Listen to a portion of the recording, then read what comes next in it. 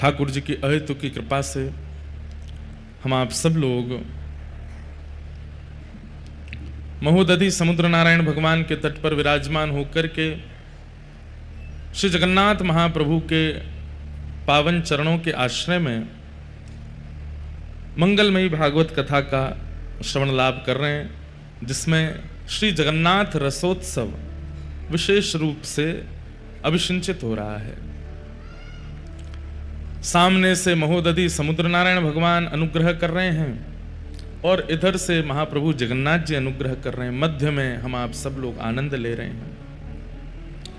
कल बड़े प्रेम और आनंद के साथ हम आप सब लोग भगवान की बाल लीला, जगन्नाथ प्रभु की क्रीड़ा सबका आस्वादन करते हुए गोवर्धन पहुंचे थे और आज श्री गोवर्धन लीला से कथा का प्रारंभ होगा। आज से नवरात्रि का प्रारंभ हुआ है और हम आप सबका सौभाग्य है, जहां पूरा विश्व नवरात्रियों में किसी भी सिद्धपीठ देवी के स्थान में जाने से डरते हैं। क्यों? भीड़ के कारण। हम आप सब लोगों को सहज ही जगन्नाथपुरी में श्री विमला देवी सिद्धपीठ का दर्शन मिल रहा है। आप आज महाप्रभु जगन्नाथ जी का दर्शन करने जाएं, उसके बाद जब आप पीछे विराजमान श्री विमला देवी जी का दर्शन करेंगे, आपकी नवरात्रि का प्रारंभ मंगलमय हो जाएगा। क्योंकि इन नवरात्रियों में देवी दर्शन के लिए विश्व भागता है, लेकिन कई लोग डर के मारे नहीं जाते। भीड़ बहुत होगी, वैष्णो देवी में बहुत भीड़ होगी, कामाक्षा देवी में बहुत भीड़ होगी, आदि आदि। पर हम आप सब लोग तो महाप्रभु जगन्नाथ जी के आश्रय में हैं। श्री विमला देवी यहाँ पर सिद्धपीठ के रूप में विराजमान है। महाप्रभु जगन्नाथ जी के बाद विमला देवी को प्रणाम कीजिएगा और अपने पावन नवरात्रि के मंगल उत्सव को, हमने एक दिन कथा में बताया ही था कि विमला देवी यहाँ क्यों विराज रही हैं।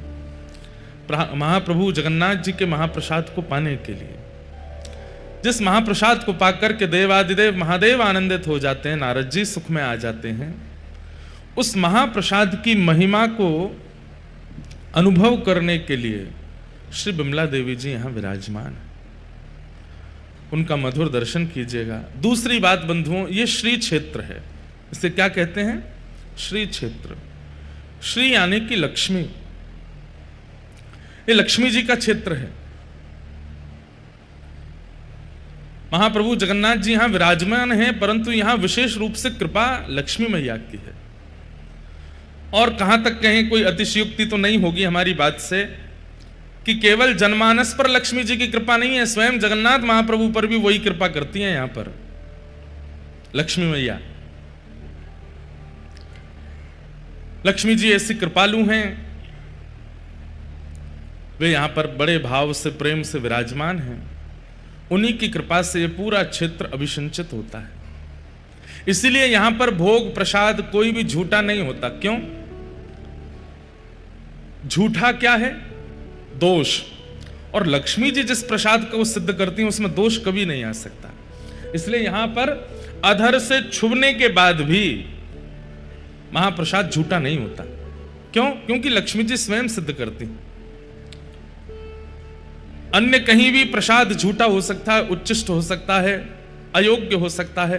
वैसे तो प्रसाद सब योग्य ही होते हैं, परंतु महाप्रसाद की विशेषता जो इतनी विशेष बनी है उसके पीछे कारण है क्योंकि लक्ष्मी जी स्वयं सिद्ध करती हैं।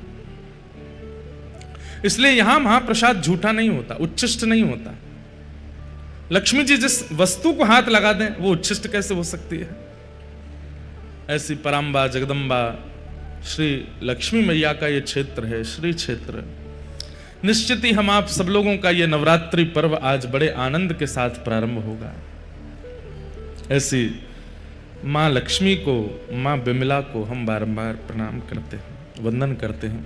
आप सब लोगों को नवरात्रि के मंगल महोत्सव की बहुत बहुत बधाई, बहुत बहुत शुभकामना। आज से आप सब लोग अपने नवरात्रि क्रमों को प्रारंभ कर दीजिएगा। कई लोगों के तो व्रत होंगे, लेकिन एक बात हमारी सुन लो, अभी आज और कल 2 दिन की कथा बची है।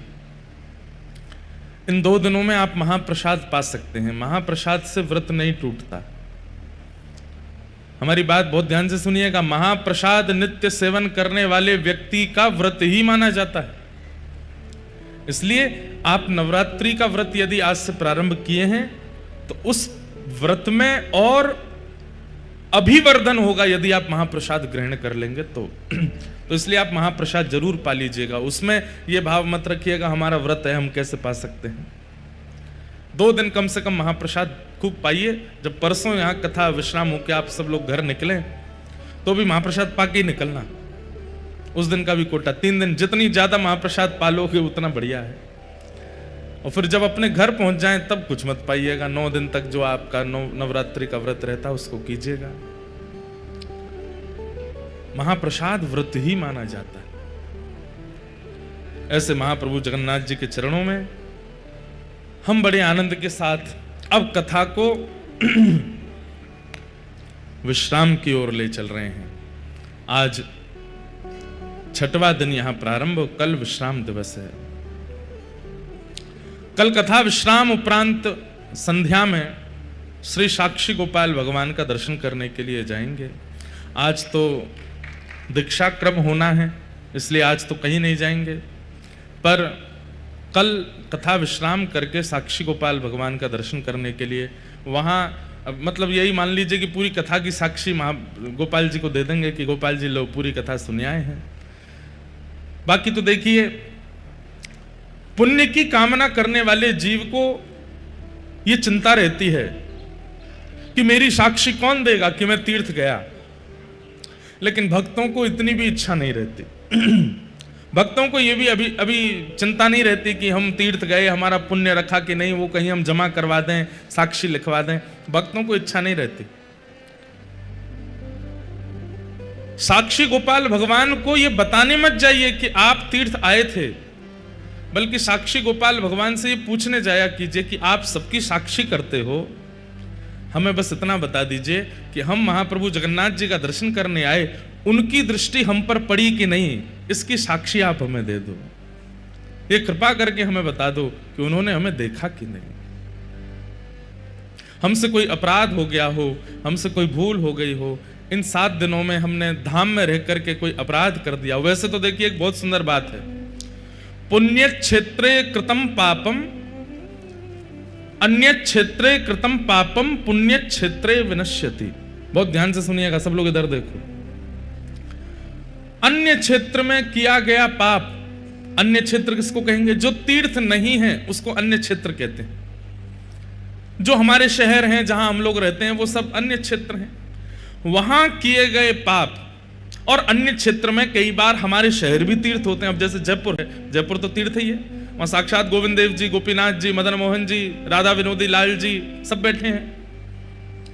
जयपुर को आप कैसे एक शहर कह सकते हो? वो तो तीर्थ ही है, गुप्त वृंदावन है। गली गली में, हर दूसरी गली में ठाकुर जी विराजमान है जयपुर में। तो जयपुर को आप तीर्थ कैसे नहीं मानोगे? वो तो तीर्थ ही है। तो अन्य क्षेत्र में क्या लिया जाए? अन्य क्षेत्र माने अपना घर।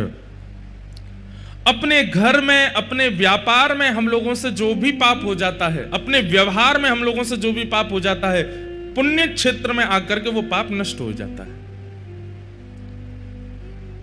हम लोग जैसे भुवनेश्वर से पुरी के लिए आते हैं और पुरी में प्रविष्ट होते हैं, जितना समय फिर पुरी में विराजमान रहते हैं, जितना समय जब हम तीर्थ में रहते हैं, समय के अकॉर्डिंग हमारे पूर्व के पाप नष्ट होते जाते हैं। इसलिए ज्यादा से ज्यादा समय रहना चाहिए तीर्थों में। लेकिन तीर्थ क्षेत्रे कृतम पापम वज्रलेपो भविष्यति, अगर किसी व्यक्ति ने तीर्थ क्षेत्र में पाप कर दिया तो कहते हैं उसका पाप पत्थर के समान हो जाए, उसको कोई नहीं मिटा सकता। पर देवताओं ने जाकर के भगवान से प्रार्थना की कि ये कलयुगी जीव है नाथ, ये अन्य क्षेत्र में पाप करेंगे, तीर्थ में नहीं करेंगे, ऐसा बिल्कुल विचार मत कीजिए। ये तीर्थ में भी पाप करेंगे, और तीर्थ में अगर इन लोगों से पाप हो गया तो नाथ ये कहां जाएंगे, इनका उद्धार कैसे होगा? तब फिर शास्त्रों में एक और आज्ञा कर दी। बोले क्या? बोले तीर्थ क्षेत्रे कृतम पापम सिंधु तीरे विनश्यति। समुद्र के तट पर अगर चला जाए व्यक्ति, समुद्र नारायण भगवान का दर्शन कर ले, तो तीर्थ में किए गए पाप भी समुद्र दर्शन से नष्ट हो जाते हैं।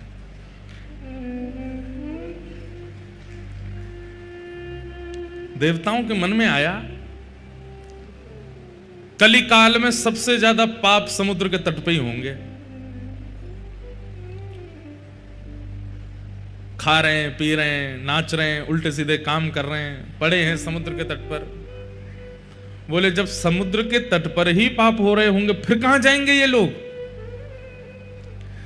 तो कहते हैं अन्य क्षेत्र के पाप तीर्थ क्षेत्र में नष्ट होते हैं, तीर्थ क्षेत्र में किए गए पाप सिंधु के दर्शन सिंधु तीर पर नष्ट हो जाते हैं। समुद्र तट पर जितने भी तीर्थ हैं वहां जाने से तीर्थ क्षेत्र के पाप नष्ट हो जाते हैं। लेकिन सिंधु तीर पर भी किया गया पाप, उसका क्या करें?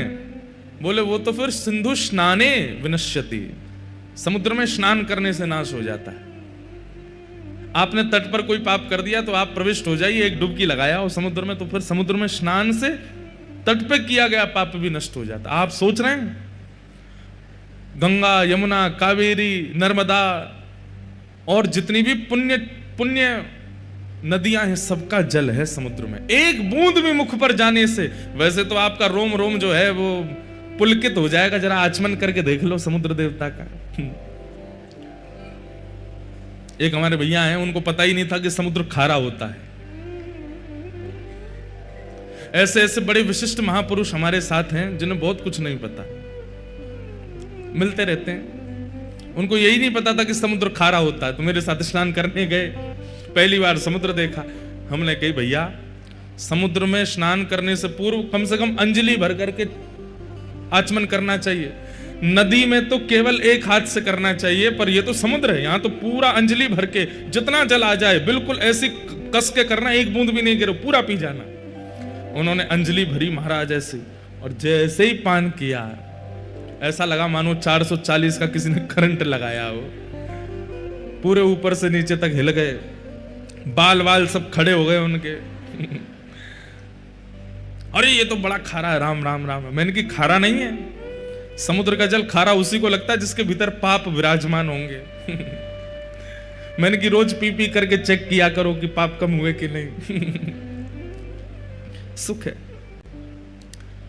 पर यह बात नोट करने की है, अन्य क्षेत्र के पाप पुण्य क्षेत्र में नष्ट होते हैं, पुण्य क्षेत्र के पाप सिंधु तीर पर नष्ट होते हैं, सिंधु तीर में किए गए पाप समुद्र स्नान से नष्ट हो जाते हैं। लेकिन भले चलाए लोग अब समुद्र में भी पाप करते हैं। कई बड़े बड़े शहर और बड़े बड़े उद्यमी लोग दुनिया के वो नाव करके जाते हैं, उस समुद्र के भीतर भी पाप करते हैं जाके। तो उनका क्या होगा? जो समुद्र में स्नान करते करते पाप कर रहे हैं उनका क्या होगा? ठाकुर जी बोले हमने ठेका नहीं ले रखा सारे पापों को नष्ट करने का, फिर तो उसी में डूब के ही मर जाओ, फिर नहीं कोई उपचार है बचने का। समुद्र में नहाते नहाते भी पाप कर रहे हो तो फिर भैया वहीं मर जाओ डूब के। लोग बाग बताइए, इतने पवित्र इतने पावन, हमें पूर्ण रूप से पवित्र करने वाले समुद्र नारायण भगवान के भीतर भी नहीं बचते, उनके अंदर जाकर के भी पाप करते हैं। और कहां तक कहें, परम पावन श्री महोदधि महाराज समुद्र नारायण भगवान के भीतर रहने वाले जीव जंतुओं को पकड़ पकड़ करके मार के खा जाते हैं।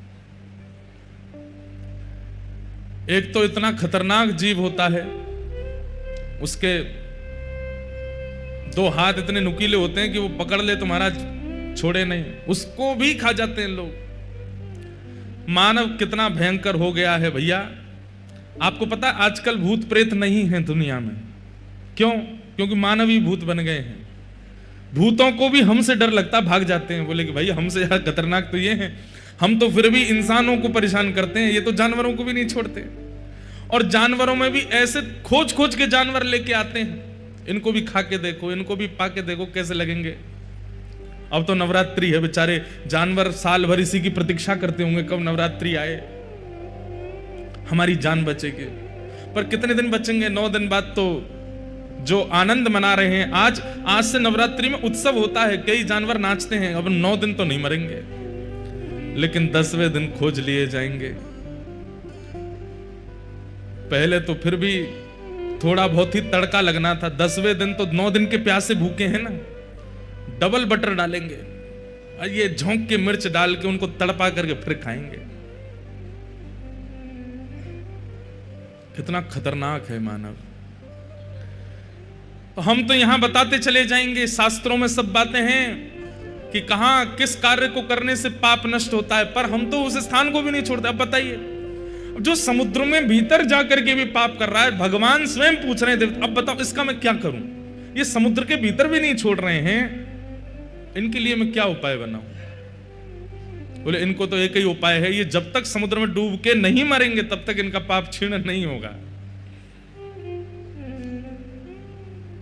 बहुत बड़ी कृपा है हम लोगों पर, हमें पुण्य क्षेत्र भी मिल गया जगन्नाथपुरी। और पुण्य क्षेत्र भी सतयुग का नहीं है, त्रेता का नहीं है, द्वापर का नहीं है, कलयुग का पुण्य क्षेत्र है। एक बात हम आपसे बहुत स्पष्ट कह दें, इसमें आप अतिशयोक्ति मत समझिएगा। बद्रीनाथ हमें जाना चाहिए, लेकिन अवसर मिले तो जाओ। द्वारिका हमें जाना चाहिए, पर अवसर मिले तो जाओ। रामेश्वरम जाना चाहिए, अवसर मिले तो जाओ, पर जगन्नाथपुरी के लिए अवसर नहीं। यहां तो आना आपका कर्तव्य है, क्योंकि आप कलयुग के हैं और यह कलयुग का तीर्थ है। यहां के लिए आपको अवसर नहीं ढूंढना है, यहां के लिए आपको बहाना मौका नहीं ढूंढना है, यहां तो आपका आना कर्तव्य है, क्योंकि हम कलयुग के जीव हैं। यहां नहीं आएंगे तो निश्चित ही हमारा कर्तव्य नष्ट हो। यहां आना तो हमारा दायित्व है, हमारी जिम्मेवारी है। उपयोगी, जैसे कहते हैं अन्न पाना जल पीना उपयोग है, उपयोगी है, श्वास लेना उपयोगी है, ऐसे यहां आना ये हमारे लिए बहुत आवश्यक है, आना ही पड़ेगा।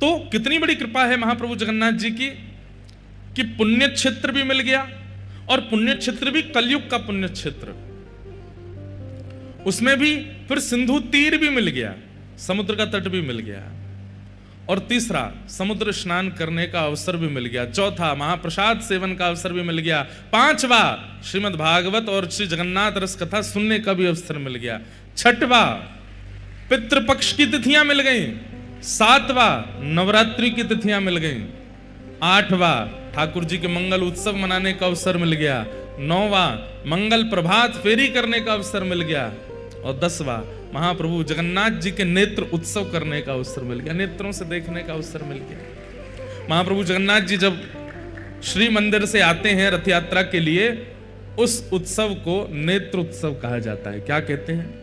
नेत्र उत्सव, क्योंकि 15 दिन बाद महाप्रभु जगन्नाथ जी का दर्शन होता है, उसको नेत्र उत्सव कहते हैं। कितनी कृपा है ठाकुर जी की। इन सब कृपाओं पर अगर आपका ध्यान नहीं जा रहा है तो यह आपका दुर्भाग्य है। बड़ी कृपा है ठाकुर जी की। ठाकुर जी ने सब ब्रजवासियों को ले जाकर के गोवर्धन पूजा कराई है, गोवर्धन पुजवायो। श्री गिरिराज जी की शरण में जाकर के सब ब्रजवासियों ने 56 भोग लगाए। 56 भोग लगावे के बाद में श्री गिरिराज बाबा के चरणन में प्रणाम कियो। 4 भुजा वाले श्री गोवर्धन नाथ प्रकट हो गए। बोलो गोवर्धन नाथ की। श्री गोवर्धन नाथ 4 भुजा धारण करके प्रकट हो गए। ब्रजवासी सब आनंदित है गए, अरे देवता प्रकट है गयो, देवता प्रकट है गयो, चलो। और सब ब्रजवासियों ने जाकर के अपने अपने 56 भोग श्री गिरिराज बाबा को अर्पित किए, पूजा करी। इंद्र को कोप आया और क्रोध के कारण इंद्र ने मेघमालाओं को आज्ञा कर दी, जाओ जाकर के पूरे ब्रजमंडल पर इतनी वर्षा करो कि ब्रज डूब जाए। बंधुओं एक बात हमारी सुनिएगा,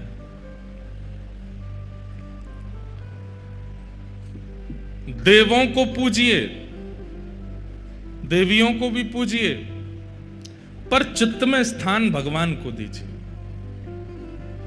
क्यों? उचित पूजा ना करने पर, उचित नियम ना करने पर देवी देवता नाराज हो जाते हैं, ऐसा हमने सुना। आपने अगर क्रम से नहीं किया, नियम से नहीं किया, उचित पूर्वक नहीं किया, कहीं भी कोई कमी छोड़ दी, पुष्प अच्छे वाले नहीं चढ़ाए, दिया नहीं जलाया, देसी घी से ये नहीं किया वो नहीं किया, तो कहते हैं आपके देवता इष्ट नाराज हो गए।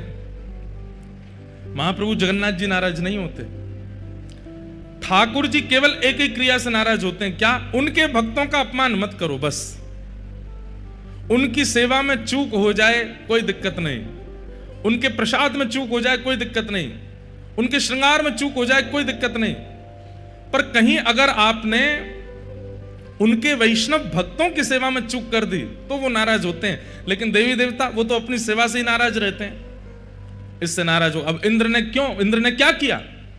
ब्रजवासी जो हजारों वर्षों से इंद्र की पूजा करते आ रहे थे, उन ब्रजवासियों ने एक बार इंद्र की पूजा ना करके नारायण की पूजा कर दी, नाराज हो गया इंद्र। ऐसे तो मानवों का स्वभाव होता है। तुम मुझे ही पूछो, तुम मुझसे ही मिलो, मेरी ही सुनो, मुझसे ही बात करो, मेरे अलावा किसी को देखना नहीं, ये मानवों का स्वभाव होता है। और किसी से बात भी कर ली तो मानव नाराज हो जाता है। ठाकुर जी ऐसे थोड़े हैं।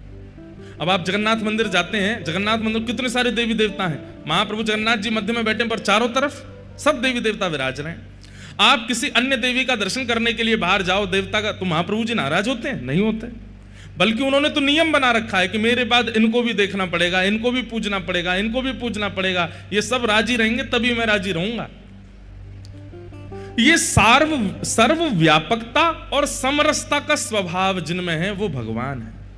जो केवल मुझे पूजो, मेरे अलावा किसी को मत पूजना, ये भाव जिन देवी देवताओं में है, ऐसों को पूजना नहीं चाहिए। प्रणाम सबको करो, दंडवत सबको करो, आरती सबकी करो, पर हृदय में स्थान केवल महाप्रभु जगन्नाथ जी को प्रदान करो। साक्षात नारायण वही जगन्नाथ हैं, वही श्री कृष्ण हैं, वही श्री राम हैं।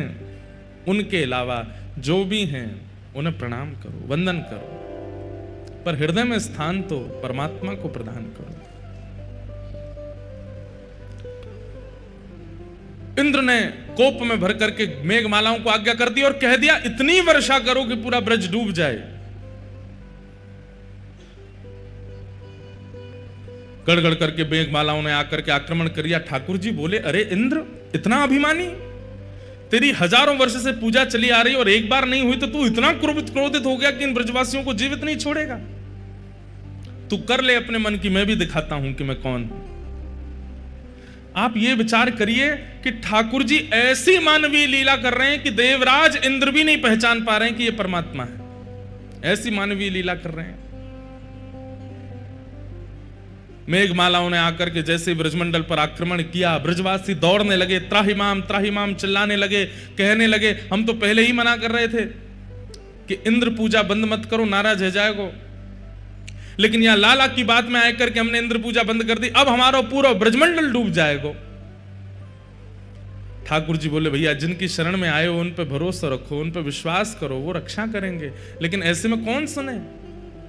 तब ठाकुर जी ने ही कृपा करके श्री गिरिराज बाबा को प्रणाम कियो और प्रणाम करके जैसे ही एक तरफ से अधर किए श्री गिरिराज जी, 7 कोस लंबे चौड़े गिरिराज पर्वत को 7 बरस के ठाकुर जी ने अपने बाम हस्त की कन्नी उंगली के नख पर धारण कर लियो। बोल गिरवरधारी गोपाल की। 7 कोस लंबे चौड़े 7 बरस के ठाकुर जी 7 दिन 7 रात्रि पर्यंत ठाकुर जी ने धारण करके रखा। जैसे ही श्री गिरिराज जी को अपनी बाम हस्त की कन्नी उंगली के नख पर धारण किया, सब ब्रजवासियों ने देखा, अरे लाला ने पहाड़ उठा लियो, अरे लाला ने पत्थर उठा लियो, अरे लाला ने पहाड़ उठा लियो, गिरिराज जी उठा लिए। सब ब्रजवासी दौड़े और भीतर जाकर के सब खड़े हो गए। गिरिराज जी कभी इधर जावे कभी उधर जावे, सब ब्रजवासी अपनी अपनी छड़ी लगा करके खड़े हो गए नीचे। नख पे धार लियो गिरिराज नाम गिरधारी पायो है, नख पे धार लियो गिरिराज नाम गिरधारी पायो है।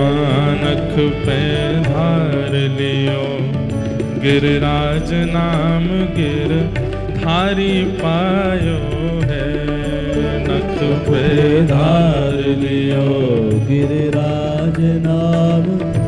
गिरधारी पायो है। हाँ धारी पायो है, नाम गिरधारी पायो है। गिरधारी पायो है, नाम गिरधारी पायो है। नख पे धार लियो गिरिराज नाम गिरधारी पायो है। नख पे धार लियो गिरिराज नाम गिरधारी पायो है। ओ सुरपति पूजा मेट कृष्ण गिरिराज पूजायो है। सुरपति पूजा मेट कृष्ण गिरिराज पूजायो है। हाँ सुरपति पूजा मेट कृष्ण गिरिराज पूजायो है। ओ 1.25 लाख मन सामग्री को भोग लगायो है। 1.25 लाख मन सामग्री को भोग लगायो है। अरे हाँ 1.25 लाख मन सामग्री को भोग लगायो है। 1.25 लाख मन सामग्री को भोग लगायो है। हमारे महाप्रभु जगन्नाथ जी ही गिरिराज जी हैं एक प्रकार से। इतनो भोग 6-7 हजार किलो चावल का तो रोज भोग लगता है, महाप्रसाद पाते हैं। कितना? अच्छा एक ने मुझसे पूछा, बोले महाप्रभु जी ठाकुर महाराज जी एक बात बताओ। बोले क्या? ठाकुर जी इतना भोग क्यों लगाते हैं, क्या आवश्यकता है उनको? अरे भैया पूरा ब्रह्मांड ठाकुर जी के उदर में है। समुद्र की मछली से लेकर के आकाश के पक्षी तक, हम मानव तो बीच के हैं, सब ठाकुर जी के उदर में है। जब ठाकुर जी भोग लगाते हैं तो सब तृप्त हो जाते हैं, सबको प्रसाद मिलता है, सबके जीवन में अन्न आता है।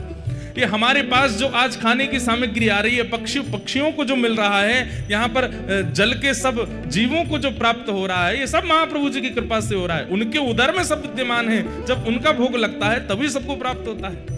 इसलिए ये 6-7 हजार किलो चावल भी कम है। यहां देखो कितना भोग लगाया ठाकुर जी ने। श्री गिरिराज जी की प्रथम पूजा में 1.25 लाख मन सामग्री को भोग लगायो है। क्या कह रहे हैं? हमारे ब्रज में पद आते हैं। अब वो पद अगर मैं गाऊं तो बहुत लंबे पद हो जाएंगे, पर एक बार हमने सोचा है कि एक बार केवल 7 दिन गिरिराज लीला सुनाएंगे। और उस गिरिराज लीला में एक एक बात, उसमें एक भाव आता है, कितनी सामग्री लेकर के गए हैं ब्रजवासी?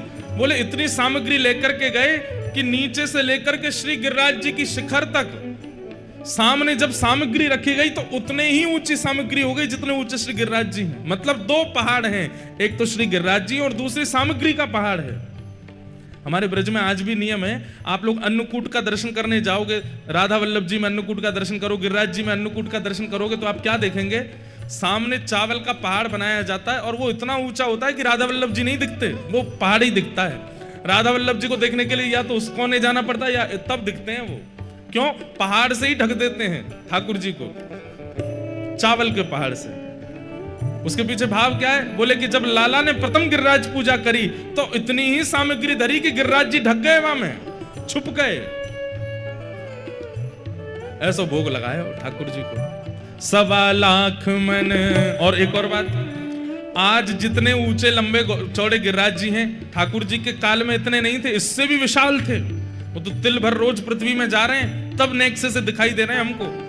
जब ठाकुर जी ने गिरिराज जी उठाया था तो कहते हैं 7 कोस लंबे, 7 कोस चौड़े और 7 कोस ऊंचे श्री गिरिराज जी हैं। जब ठाकुर जी ने नख पे धारण किए तो सोचो सामग्री कितनी है। 1.25 लाख मन सामग्री को भोग लगायो है। 1.25 लाख मन सामग्री को भोग लगायो। नख पे धार लियो गिरिराज नाम गिरधारी पायो है।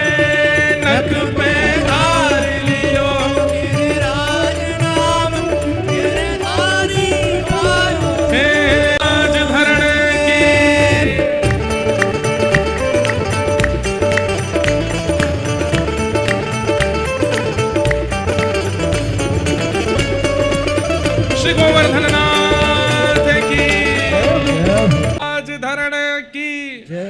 श्री जगन्नाथ महाप्रभु की। जय। ये देखो जगन्नाथ जी आए खुद चल के। कहां से आए महाराज? हैं? यूं कह रहे हैं पुरी से। तो पुरी में तो जगन्नाथ जी हैं, वही हो क्या? अच्छा, यूं कह रहे हैं मैं कान्हा हूं। जय हो, आपकी जय हो। कहाँ विराजोगे? यहीं विराजोगे? विराज जा, आ जाओ। न एक देर बैठ लो यहीं पे, ठीक है? ऐसे विराजे नहीं। जय हो। तो नख पे धार लियो गिरिराज नाम गिरधारी पायो है। तुम में जान तो है ना, कहां से उठा लिए इतने बड़े गिरिराज जी? ताकत है? फिर तो उठाए लोगे? वाह। कछु माखन को बल बढ़ो, कछु गोपन करी सहाय। श्री राधे जू की कृपा सो मैंने गिरिवर लियो उठा। कछु माखन को बल बढ़ो, कछु गोपन करी सहाय। श्री राधे जू की कृपा सो मैंने गिरिवर लियो। बंधुओं, ये गिरिराज लीला ठाकुर जी को बहुत प्रिय है। क्यों?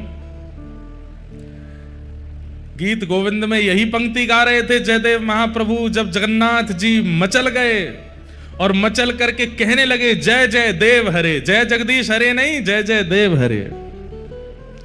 पहले इस अष्टपदी में जय जगदीश हरे गाने वाले थे। शित कमला कुछ मंडल धृत कुंडल ए कलित ललित वनमाल जय जगदीश हरे। जयदेव महाप्रभु तो ऐसा गाना चाहते हैं, लेकिन ये जय जगदीश हरे जयदेव महाप्रभु को गाने नहीं दिया। जैसे ही ये पंक्ति गाई जयदेव महाप्रभु ने, कौन सी पंक्ति? अभिनव जलधार सुंदर धृत मंदर धृत मंदर श्रीमुख चंद्र चकोर जय जय देव। जयदेव महाप्रभु अभी तक गीत गोविंद की इस अष्टपदी को गा रहे थे, लेकिन जैसे ही ये वाली पंक्ति आई, अभिनव जलधर सुंदर धृत मंदर श्री मुख चंद्र चकोर, इतने में जगन्नाथ महाप्रभु बोले रुको रुको रुको रुको रुको, ये मेरी अंतरंग लीला है, ये मेरी गुप्त लीला है, तुमको कैसे पता? जयदेव महाप्रभु कह रहे हैं, बोले नाथ, इतने बड़े ब्रह्मांड में शंकराचार्य आपको पहचान जाते हैं, बड़े बड़े रामानंदाचार्य, रामानुजाचार्य, माधवाचार्य, श्री चैतन्य महाप्रभु, गौड़िया वैष्णवाचार्य, ये सब आपको पहचान जाते हैं, और देवताओं का राजा इंद्र नहीं पहचान पाया आपको? ये हो नहीं सकता। इंद्र आपको नहीं पहचान पाया, ये बात हो ही नहीं सकती। अरे इंद्र की पदवी कोई सामान्य थोड़ी है। जयदेव महाप्रभु कहते हैं, ऊपर पाम कर लो, लटक का रहे हो, न्यो कर लो, वाह बहुत बढ़िया। अच्छा, घुंघरू उंगरू पहन के आए, आला फाला सब लगाए के आए हैं महाराज। जगन्नाथ जी ही आए, और कोई रूप में देखियो मत इनको। ये जैसे गिरिराज लीला सुनकर के साक्षात जयदेव महाप्रभु के सामने बोल पड़े, ऐसे गिरिराज लीला सुन के चले आए हैं। गिरिराज लीला बहुत प्रिय है ठाकुर जी को। तो जयदेव महाप्रभु से ठाकुर जी, जयदेव महाप्रभु बोले आपको शंकराचार्य पहचान जाते हैं, आपको जयदेव जैसा सामान्य भक्त पहचान जाता है, आपको इंद्रद्युम्न राजा पहचान जाता है, आपको सब देवी देवता पहचान जाते हैं, लेकिन देवी देवताओं का राजा, स्वर्ग का राजा, एक विशेष लोक का राजा इंद्र नहीं पहचान पाया आपको। मुझे यह बात हजम नहीं होती। ठाकुर जी बोले हम इतने ज्यादा करेक्टर में चले गए थे कि इंद्र पहचान ही नहीं पाया। हम ऐसी मानव लीला कर रहे थे कि इंद्र को पता ही नहीं चला। जयदेव महाप्रभु बोले ये बातें कहीं और बनाइएगा, आपको सब पहचानते हैं। गोपियां गोपी गीत में क्या कहती हैं? वे गोपियां जो व्रज की गोबर थापने वाली गोपियां, जो केवल चौका बर्तन करती हैं, ना कहीं पढ़ने लिखने जाती, केवल जमुना जल भर के लाती हैं, वो रोटी आदि बनाए करके प्रेम से, सामान्य सी वो सीधी साधी गोपियां, वो गोपी गीत में क्या कहती हैं? न खलु गोपिका नंदनो भवान अखिल देना अंतरात्म दृष्टि वेखन सार्थितो विश्वगुप्त सखौदे सात्वतां कुले। जयदेव महाप्रभु कहते हैं वो गोपियां सामान्य सी सीधी सादी गोपियां जिन्होंने वेद का दर्शन नहीं किया, जिन्होंने शास्त्रों का दर्शन नहीं किया, वे गोपियां आपके सामने खड़े होकर के गोपी गीत में कहती हैं हम जानती हैं कि तुम नंद के लाला नहीं हो, हम जानती हैं तुम यशोदा के लाला नहीं हो। ठाकुर जी बोले हम बे मैं तो देवकी को लाला हूं। बोले सुनो बात मत बनाओ, तुम देवकी के लाला भी नहीं हो तो फिर मैं कौन हूं? बोले अखिल देही नाम अंतरात्म दृक्, पूरे ब्रह्मांड में सर्व जीवात्मा के चित्त में निवास करने वाले साक्षात जगन्नाथ आप हो, हम जानते हैं आप साक्षात परमात्मा हो, हम ये बात जानते हैं, हम इसे जानते हैं।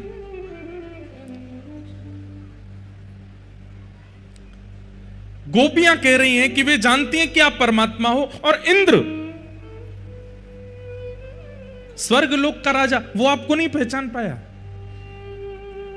जगन्नाथ भगवान शांत हो गए, बोले तुम क्या कहना चाहते हो?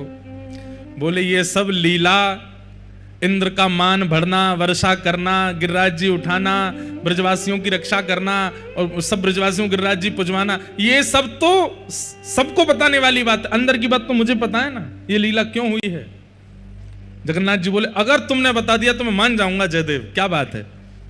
तब जयदेव महाप्रभु कहते हैं अभिनव जलधर सुंदर द्रुत मंदर श्रीमुख चंद्र चकोर। बोले आपने गिरिराज धारण किया, क्यों? क्योंकि बहुत दिन हो गए थे, आप कभी सरोवर पर लीला करने जाते हैं, कभी वंशीनाद करते हैं, कभी रास विहार करते हैं, पर किसी भी लीला में ऐसा नहीं हुआ कि आपको एक तक किशोरी जी देखने को मिली हो। अभी तक व्रजलीला इतने वर्ष हो चुके थे, कभी किशोरी जी कहीं चली जाती हैं, कभी कहीं चली जाती हैं, और कभी सामने आती भी हैं तो साथ में इतने सखा होते हैं कि आप उनको देख ही नहीं पाते हो। अभी तक ऐसा कोई अवसर नहीं मिला था जिसमें आप एक टक किशोरी जी को देख सको। तब आपने योजना बनाई, बोले ऐसी क्या योजना बनाऊं कोई रुकावट ना आवे, कोई बाधा ना आवे, कोई पर्दा ना आवे, कोई सामने ना आवे, और एक टक मेरे नेत्र श्री किशोरी जी के रूप सुधा का पान करते रहें।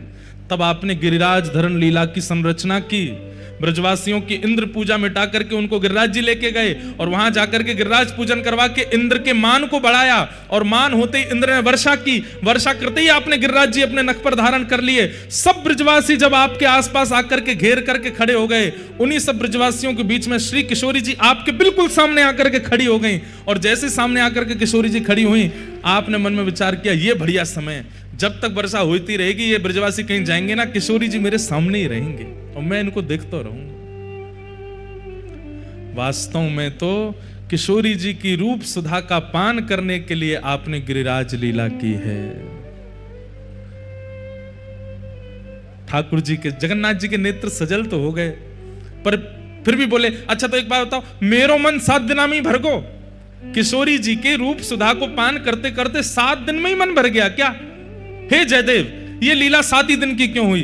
तब जयदेव महाप्रभु बोले क्योंकि इंद्र के पास जलाशय खत्म हो गया था, अब बादल बचे नहीं थे, पानी बचा नहीं था, इसीलिए 7 ही दिन। बोले 7 दिन में इंद्र ने खूब वर्षा की, और 7 दिन बाद इंद्र ने ही आपको इंटरनल मैसेज किया, गुप्त रूप से बताया, बोले जय जय पानी खत्म है गयो है, अब क्या करूं। तब अंत में हार करके इंद्र को वर्षा बंद करनी पड़ी, नहीं तो आपकी इच्छा अगर चलती तो 7 युगों तक वर्षा चलती रहती और आप किशोरी जी की रूप सुधा का पान करते रहते। महाप्रभु जगन्नाथ जी बोले सुनो, इस पूरी अष्टपदी में से जय जगदीश हरे हटाओ। बोले तो क्या होगा? बोले जय जय देव हरे। हे जयदेव, मेरी इस अंतरंग लीला का रहस्य जानने वाले तुम हो, इसलिए मैं इस पूरी अष्टपदी में जय जय देव हरे। महाप्रभु जगन्नाथ जी प्रसन्न हो गए। रो तो ना रहे आप? कहीं अपनी लीला सुन के रो गए हो? अभिनव जलधर सुंदर धृत मंदर श्रीमुख चंद्र चकोर जय जय देव हरे। किशोरी जी की रूप सुधा का पान कर रहे हैं श्री ठाकुर जी। ऐसे श्री गिरिराज धरण को हम बारंबार प्रणाम करते हैं। चलो जाओ मैया पास बैठ जाओ, हैं प्रेम से पहियो माखन बुलाते रहियो जगन्नाथपुरी। वाह, दो चारण पे बंसी मार जाओ। ये मंच पे बैठे कहाँ हैं? मार दो बंसी। ये पंडित जी दो चारण के सिर पे मार जाओ। हम ऐसे मारे करें? पूतना वाले हाथ दिखाए दो एक बार। जय हो।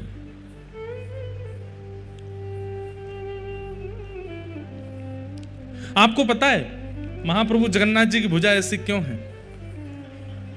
वाह, बहुत बढ़िया। नहीं ठीक है, अब आप प्रस्थान कर जाओ। जय। अब तुम लोग मत पड़वाने लगी हो अपने सिर पे कि हम मार जाओ, उन्हें जान दो प्रेम से। जय। श्री जगन्नाथ महाप्रभु की जय। ठाकुर जी ने मधुर लीला की। तो हम ये बात कह रहे थे, महाप्रभु जगन्नाथ जी की भुजाएं ऐसी क्यों हैं? हाँ, अब आप लोग उनको प्रेम से जाने दो, कथा सुनते रहो। हाँ, अब बस बहुत है कि अब जिनको वो मन से मार जाएं वही ठीक है, जबरदस्ती मत पड़वाइयो। ये माता जी नहीं मानेंगी, दे जाओ इनमें एक। जय हो। इसीलिए ठाकुर जी प्रकट नहीं होते। ठाकुर जी कहें अगर कलिकाल में प्रकट हो गया तो सबसे ज्यादा समय तो मेरा सेल्फियों में व्यस्त हो जाएगा। बोले प्रणाम बाद में करेंगे। ठाकुर जी 1 सेल्फी प्लीज, एक बार स्माइल कर दो।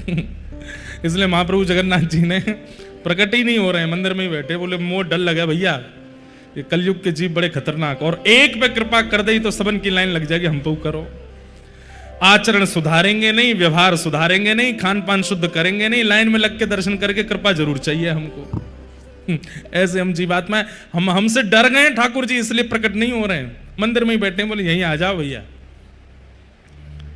उसमें भी फिर गर्भगृह भी बंद कर दिया, बोले सबका प्रवेश वर्जित है, दूर से ही देख जाओ, ज्यादा मेरे पास मत आओ, मुझे बहुत डर लगता है आप लोगों से। कभी कभी हमें लगता है इतने खतरनाक हम होते जा रहे हैं, दिन ब दिन आधुनिकता बढ़ती जा रही है, साइंटिफिक चीजें बढ़ती जा रही हैं और टेक्नोलॉजी में इतने हाई होते जा रहे हैं। कुछ दिन पहले पता चला एक वो चश्मा आता है उसमें कैमरा होता है, आदमी वो कैमरा चला करके मंदिरों में चला गया, सब खींच लाया फोटो भीतर से। वो तो फिर उसको बाद में पकड़ लिया। इतने खतरनाक हैं हम लोग, इसीलिए डर के मारे ठाकुर जी नहीं आ रहे हैं। कहीं मैं सुन रहा था, जन कौन मुझे बता रहे थे, भगवान ने सृष्टि बनाई और सृष्टि बनाने के बाद ठाकुर जी स्वयं डर गए हम लोगों से। ठाकुर जी बोले मैं इनसे अब कैसे बचूं, ये तो मुझे छोड़ेंगे नहीं। तो ठाकुर जी ने पहाड़ बना दिए, बोले मैं पहाड़ में जाके छिप जाऊंगा। तो फिर किसी ने कहा बोले यहां भी ढूंढ लेंगे आपको। तो ठाकुर जी ने समुद्र बना दी, बोले इसके भीतर डूब जाऊंगा, बोले ये भी खोज लेंगे यहाँ पे। तब ठाकुर जी सब जगह छुपते छुपते कहाँ गए, बोले इंसान के हृदय में ही जाके छुप गए। बोले सब जगह ढूंढेगा, यहाँ नहीं ढूंढेगा, सब जगह ढूंढ लेगा, भीतर नहीं ढूंढेगा आपने। तो ठाकुर जी हमारे भीतर ही छुप के बैठ गए। लेकिन हम गुरुजन, हम कथावाचक जन कथा सुना के यही बता देंगे कि ठाकुर जी भीतर ही बैठे हैं, फिर भी नहीं ढूंढेगा भीतर। हमारे पूज्य गुरुदेव भगवान पूज्य पिताजी महाराज एक बहुत सुंदर पंक्ति गाते हैं, उन्होंने खुद ने लिखी है। ढूंढ लिया जग सारा मैंने, दर्शना तेरा पाया। ढूंढ लिया जग सारा मैंने, दर्शना तेरा पाया। जब मन को एकाग्र किया तो तू दिल बीच समाया। सब जगह ढूंढ लिया, मुझे आप नहीं मिले, लेकिन जब मैंने गुरुआश्रय में जाकर के मन को एकाग्र किया तो मैंने क्या पाया। जब मन को एकाग्र किया तो तू दिल बीच समाया, सर्वत्र रहने वाले श्री राधा रमण हमारे। मैं दास हूँ तुम्हारा, मैं दास हूँ तुम्हारा। मुरली बजाने वाले, गिरवर उठाने वाले, मैं दास हूँ तुम्हारा, मैं दास हूँ तुम्हारा, मैं दास हूँ तुम्हारा। हमारे भीतर ही बैठे ठाकुर जी। तो ऐसे क्यों हैं ठाकुर जी? मैंने एक दिन और कथा में कहा था, यहां ठाकुर जी उद्धार करने के लिए नहीं, यहां ठाकुर जी संहार करने के लिए नहीं, उद्धार करने के लिए ठाकुर जी द्वारिका में बैठे हैं। संहार करने के लिए सुदर्शन चक्र धारण करके ठाकुर जी दक्षिण में बैठे हैं। लेकिन स्वीकार करने के लिए ठाकुर जी भुजा पसार के जगन्नाथ बन के बैठे हैं। हृदय से लग जाओ, स्वीकार की मुद्रा में बैठे हैं ठाकुर जी। ये स्वीकार की मुद्रा है। आप किसी को देख करके हाथ जोड़ते हैं, किसी को देख करके हाथ मिलाते हैं, लेकिन अपने को देख करके भुजा पसारते हैं। आ जाओ, मेरे हृदय से लग जाओ। स्वीकार करने के लिए महाप्रभु जगन्नाथ जी बैठे। यहां के एक राजा हुए, ऐसी मैंने कथा सुनी है।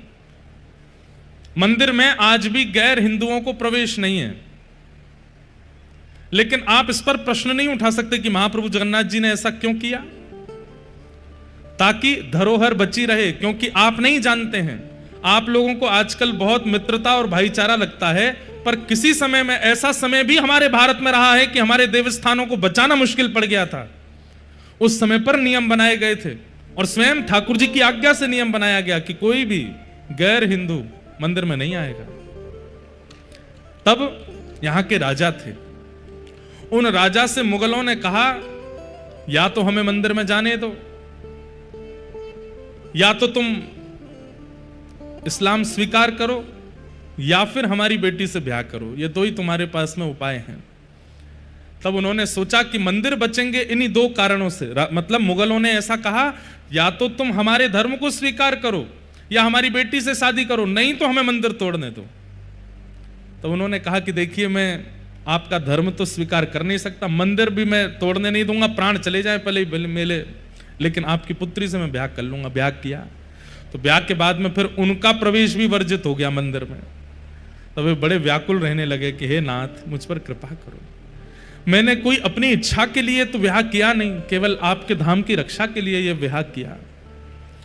ठाकुर जी बड़े दयालु, महाप्रभु जगन्नाथ जी बड़े दयालु, बोले क्या करें।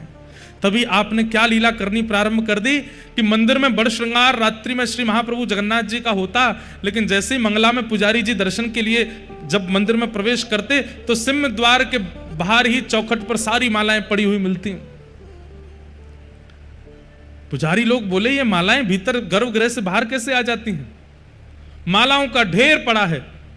जैसे ही मालाओं को हटा करके देखा, तभी क्या देखते हैं कि सिंह द्वार पे वहीं दीवार में से स्वयं महाप्रभु जगन्नाथ जी पतित पावन बनकर के प्रकट हो गए। इसलिए आज भी सिंह द्वार पे पतित पावन भगवान का दर्शन होता है। वो किसके लिए है? बोले जिनको भीतर प्रवेश नहीं मिलेगा उनके लिए मैं बाहर आ जाता हूं, यहीं से मेरा दर्शन कर लो। पतित पावन भगवान और महाप्रभु जगन्नाथ जी के दर्शन में भेद नहीं, बल्कि हम लोग कभी पश्चिम द्वार से प्रवेश कर जाते हैं, कभी दक्षिण द्वार से प्रवेश कर जाते हैं, मंदिर में प्रवेश करने की प्रयास करते हैं, परंतु वह दर्शन पूर्ण नहीं माना जाता। सबसे पहले पतित पावन भगवान का दर्शन करो। उनका नाम क्या है? पतित पावन। क्या नाम है? पतित पावन का मतलब क्या होता है? पतित मतलब पाप, और पापों को जो दूर करें वो कौन है? पतित पावन। इसका मतलब क्या है? आप जब तक पतित पावन भगवान को नहीं देखोगे, आप पवित्र नहीं होगे, महाप्रभु जी के दर्शन के योग्य नहीं बनोगे। अगर आप अन्य किसी द्वार से प्रविष्ट हो जाते हैं तो इसका मतलब आप पापयुक्त अज्ञान युक्त और विचारों से अपवित्र युक्त होकर के महाप्रभु जी के सामने चले गए हो, लेकिन पतित पावन भगवान को दर्शन करके जब आप भीतर जाते हैं तो एक प्रकार से पतित पावन भगवान आपको पवित्र कर देते हैं, स्वच्छ कर देते हैं, निर्मल कर देते हैं। उसके बाद आप दर्शन के लिए जाते हो।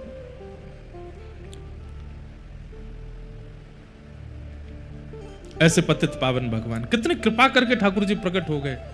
और रसखान कालीन भक्तों के लिए, ताज बेगम कालीन भक्तों के लिए कई ऐसे भक्त हुए, ताज खां जैसे भक्तों के लिए, सालबेग जैसे भक्तों के लिए महाप्रभु जगन्नाथ ही पतित पावन बनकर के प्रकट हो गए। ऐसा अगर मैं कह दूं तो कोई अतिशयोक्ति नहीं, मेरी बात को अन्यथा मत लीजिएगा। भीतर वाले जगन्नाथ जी ने फिर भी गिने चुनों पर कृपा की है, पर पतित पावन भगवान ने तो सब पर कृपा की है। सालबेग भी इन्हीं के ही दास हैं, रसखान भी इन्हीं के ही दास हैं, और सदना कसाई, सदन कसाई, वो भी पतित पावन भगवान की कृपा से प्रकट हुए। उन पर कृपा भी पतित पावन भगवान ने की। इसलिए सिंह द्वार पे पतित पावन भगवान, उनका दर्शन करो। वो हम जीवों पर उद्धार करने के लिए, और जो वैदिक हिंदू परंपरा में नहीं है उन पर अनुग्रह करने के लिए पतित पावन बनकर के प्रकट हुए।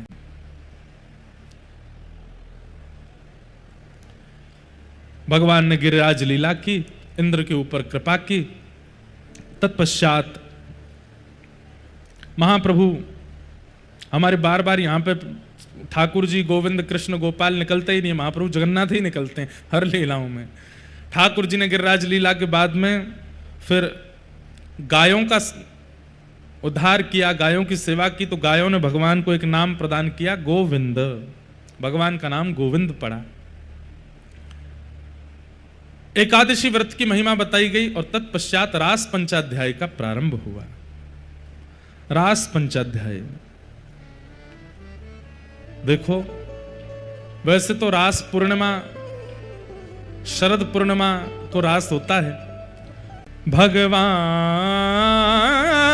पिता रात्रि शरदोत्फुल्ल मल्लिका विक्षरन्तु मनश्चक्रे योग मायामुपाश्रित।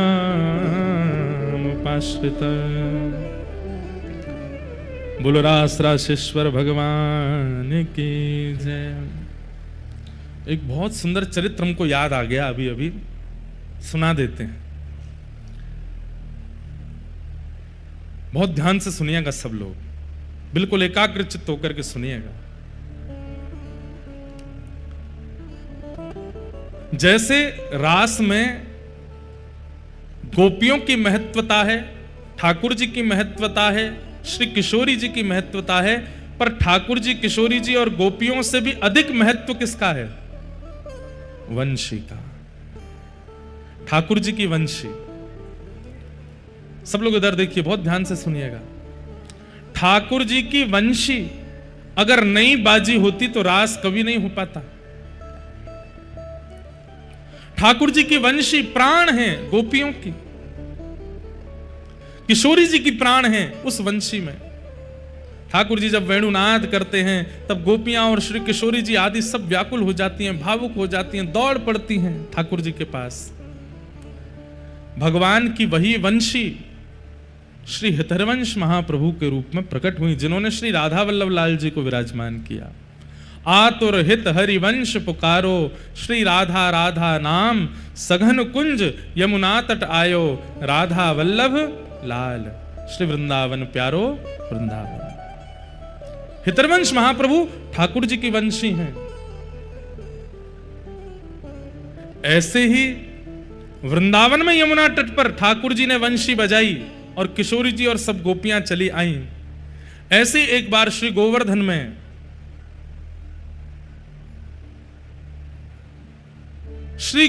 में किशोरी जी की इच्छा हुई कि श्याम सुंदर यहां आ जाते तो हम रास बिहार करते। कैसे बुलाएं? श्याम सुंदर तो बहुत दूर हैं, श्याम सुंदर को कैसे बुलवाया जाए? और कोई गोपी जाकर के ठाकुर जी को आमंत्रण देकर के आएगी तो अब तक तो बहुत समय लग जाएगा। तब एक गोपी ने युक्ति बताई, अरे श्यामाजू, जैसे ठाकुर जी वंशीनाद करके हम सबन को बुलावे, आज आपकी बड़ी इच्छा है रही है रास बिहार करवे की। आप एक काम करो, जैसे ठाकुर जी वंशी बुला के हमें बुलावे, आप भी वंशी बजा करके ठाकुर जी को बुलाओ। तब किशोरी जी ने अधर पर वेणु धारण की और वंशी धारण करके जैसे ही वेणुनाद किया किशोरी जी ने, दूर वन में यमुना पल्ली पार गैया चरा रहे श्याम सुंदर, उनके कानों में जैसे ही वंशी धुनी गई है, वो धुन नहीं थी, उसमें शब्द थे, हे श्याम सुंदर, हम समस्त गोपांगनाओं के साथ श्री राधा रानी आपकी प्रतीक्षा कर रही हैं, जल्दी पधारो। ठाकुर जी तुरंत गए, मधुमंगल सीता माता कही जल्दी मेरी गैया संभालो, मैं जा रहा हूं। बोले कहां जा रहा हो लाला? बोले अरे श्यामा जी बुला रही हैं।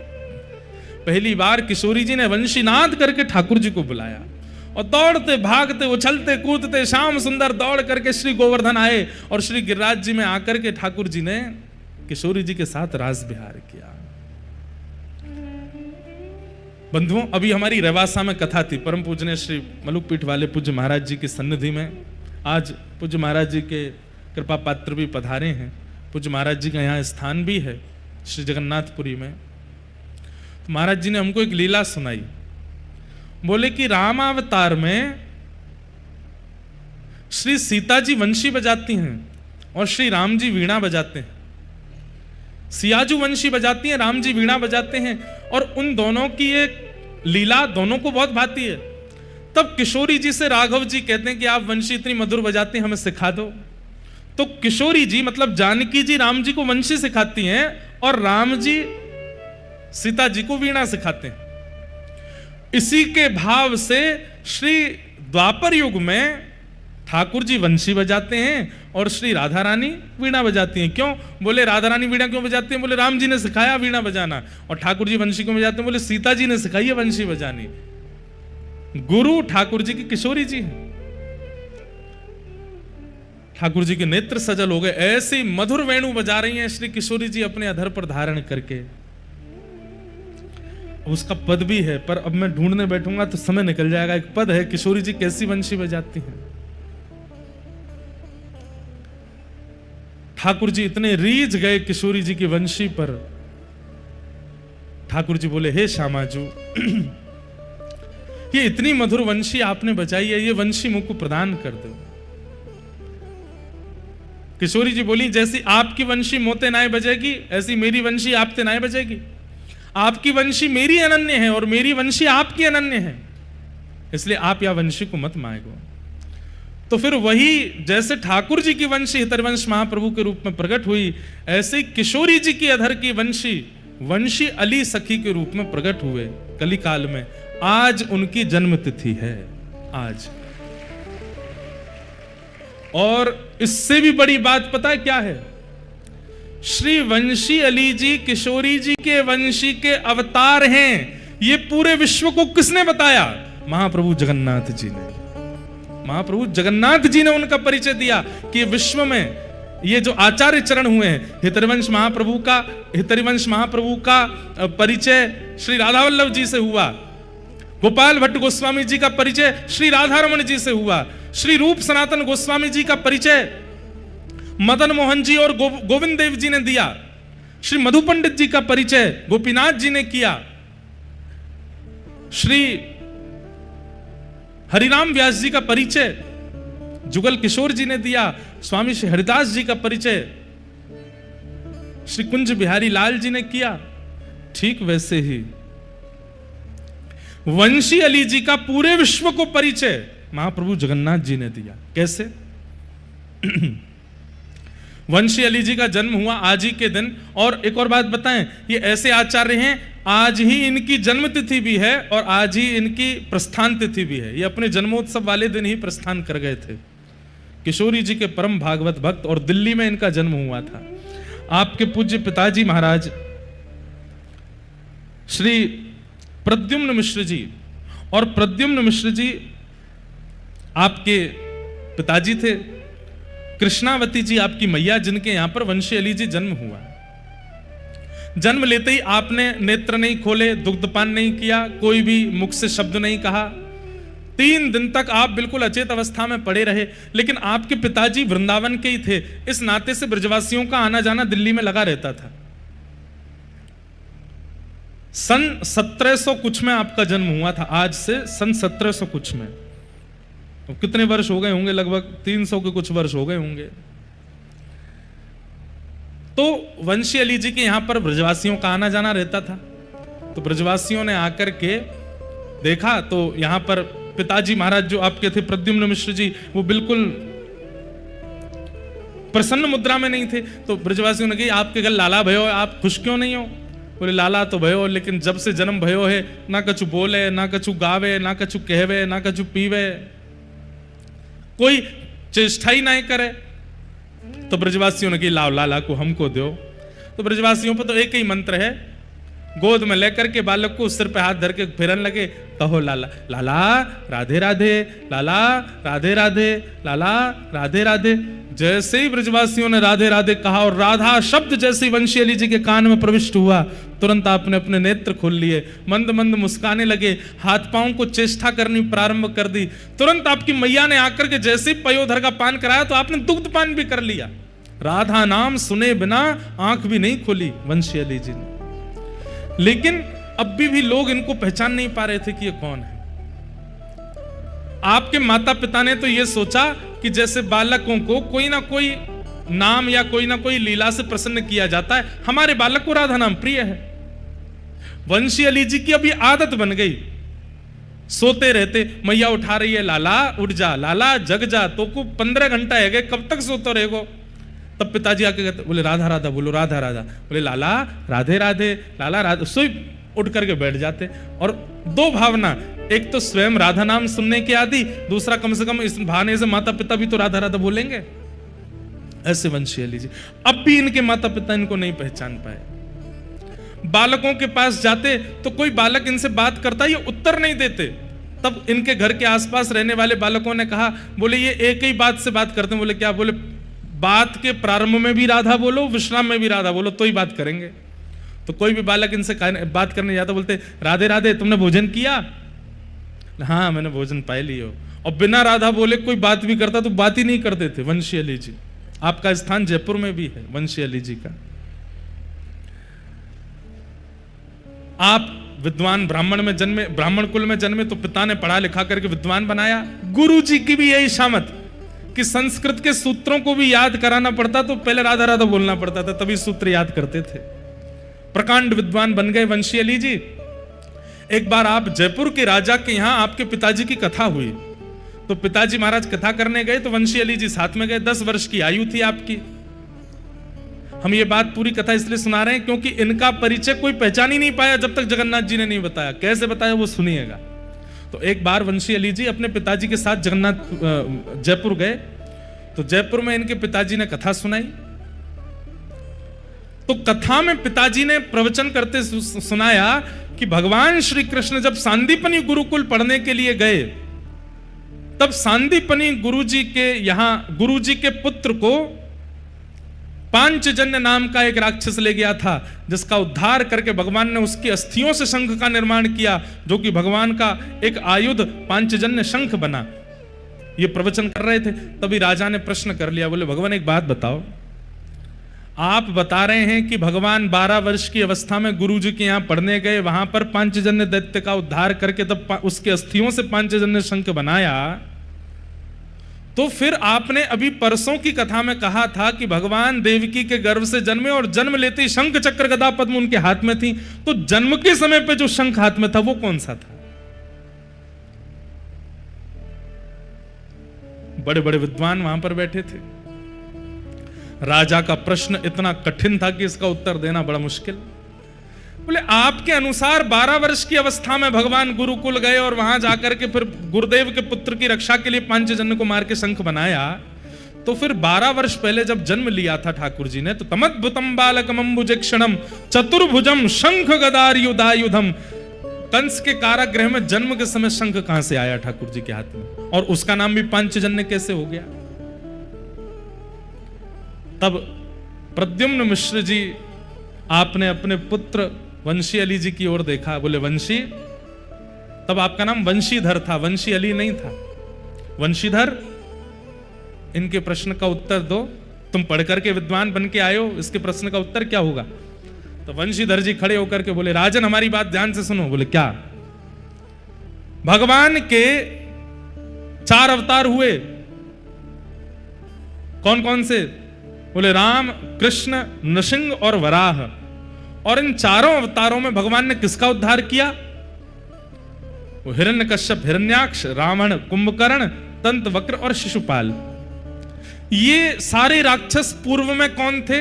बोले पूर्व में ये जय विजय थे। तो बोले मुझे ये बताइए कि जब ये रावण कुंभकर्ण बनकर के आए थे तब वैकुंठ में जय विजय नहीं थे? राजा बोले हमने तो सुना है कि ये नित्य पार्षद हैं, ये भले ही रावण कुंभकर्ण बन के आवे, हिरण्याक्ष हिरण्यकश्यप बन के आवे, जय विजय रूप से तो ये हमेशा ठाकुर जी के द्वार पर ही खड़े रहते हैं। बोले ठीक वैसे ही भगवान के आयुधों का अवतार नहीं होता, वे किसी रूप में नहीं आते, वो तो नित्य हैं। भगवान का शंख पांचजन्य नित्य है, वो सदा ठाकुर जी के साथ में रहता है।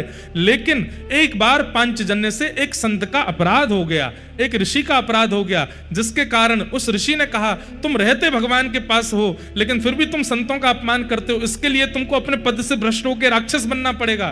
तो पांचजन्य तो नित्य भगवान के साथ रहता है, लेकिन एक संत के अपमान के कारण संत ने उन्हें श्राप दिया और इसी कारण पांचजन्य शंख को राक्षस बन के आना पड़ा और कृष्णा अवतार में भगवान ने उसका उद्धार करके पुनः शंख बना करके धारण किया। पांचजन्य तो पूर्व से ही भगवान के पास है। जयपुर के राजा का समाधान हुआ और ऐसा समाधान हुआ कि महाराज राजा ने अपनी कितनी जागीर उनको प्रदान कर दी। आज भी श्री वंशी अली जी की कई जागीर, कई भूमि जयपुर में है, कब्जा हो गया कहते हैं उस पे, लेकिन वो वंशी अली जी का है, राजा ने खुद प्रदान किया।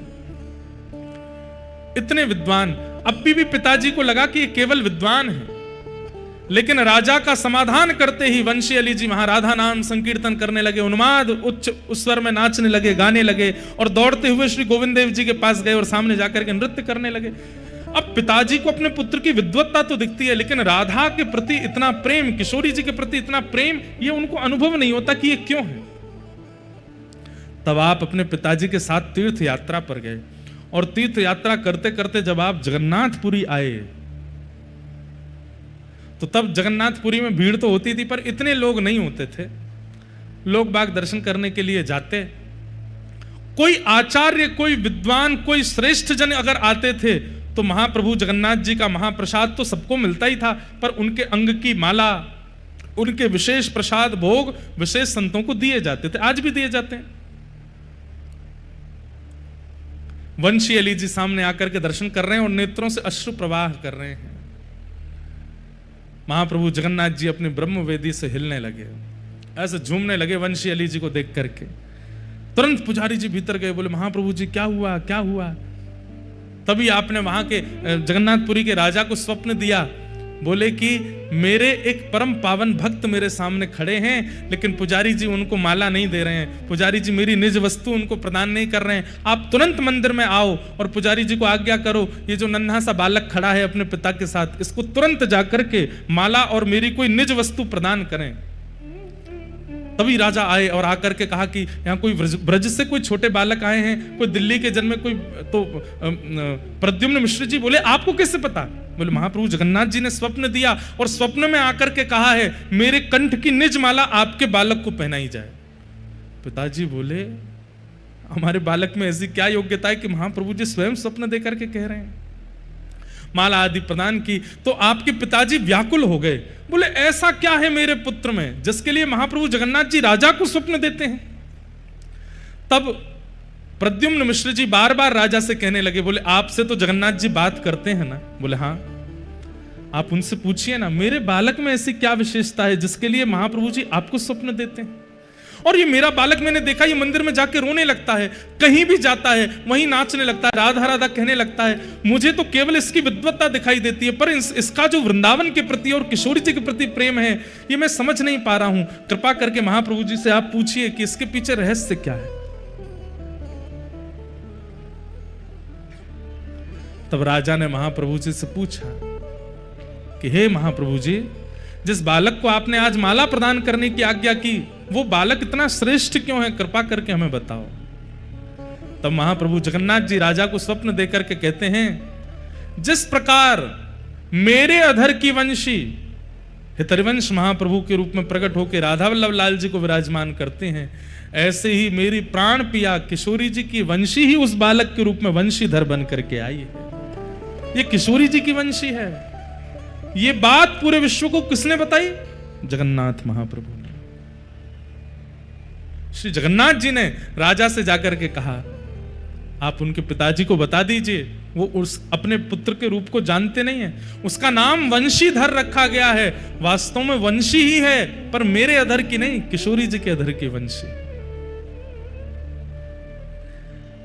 यहां के उस समय के राजा गजपति महाराज ने प्रद्युम्न मिश्र जी से जाकर के कहा, धन्य है आपके पुत्र को प्रणाम। बोले कि क्या है, सब क्यों प्रणाम करते हैं मेरे पुत्र को? बोले महाप्रभु जगन्नाथ जी ने आज्ञा करके बताया है कि किशोरी जी की अधर की वंशी ही आपके पुत्र के रूप में प्रकट हुई है। ये श्री राधा रानी की अधर की वंशी है। उसका परिचय महाप्रभु जगन्नाथ जी देते हैं। तब पूरे विश्व में आज भी इतनी ख्याति इतने लोग नहीं जानते, पर जानना चाहिए। हमारी अभी कथा हुई थी दिल्ली में, तब मैं गया था सुबह सुबह, जिस दिन मेरा जन्म दिवस था 7 अगस्त को, कथा थी दिल्ली में। तो हर बार जन्मदिन पे हम या तो राधारमण जी वृंदावन परिक्रमा, यमुना जी स्नान, तटीय स्थान में पद गायन, ये करता हूं मैं सुबह सुबह। इस बार नहीं हो पा रहा था तो फिर मैं वहीं गया दर्शन करने। वंशी अली जी के घर पे ही श्री लाडली जी विराजमान है, चांदनी चौक दिल्ली में। उनका दर्शन करने के लिए गया। उन वंशी अली जी का परिचय पूरे विश्व को महाप्रभु जगन्नाथ जी प्रदान करते हैं। धीरे धीरे उसी के बाद ख्याति हुई है उनकी कि ये किशोरी जी की अधर की वंशी जो इस रूप में प्रकट हुई। ऐसे महाप्रभु जगन्नाथ जी जो अपने आचार्यों का उजागर करते हैं, अपने आचार्यों के स्वरूप को प्रकट करते हैं, ऐसे महाप्रभु जी को प्रणाम। तो आज इसलिए विशेषता है, आज इसलिए ये भाव, मुझे सुबह ही हमारे एक मित्र का संदेश आया, बोले आप जगन्नाथपुरी में हैं और आज उन्हीं की तिथि है जिनका परिचय पूरे विश्व को महाप्रभु जगन्नाथ जी ने कराया। दिल्ली में प्रकट हुए श्री वंशी अली जी महाराज, उनका प्रचार, उनके रूप का प्रमाण पूरे विश्व को जगन्नाथ महाप्रभु ने प्रदान किया। ऐसे वंशी अली जी को हम बारंबार प्रणाम करते हैं, बारंबार वंदन करते हैं। उनका एक बहुत सुंदर पद है,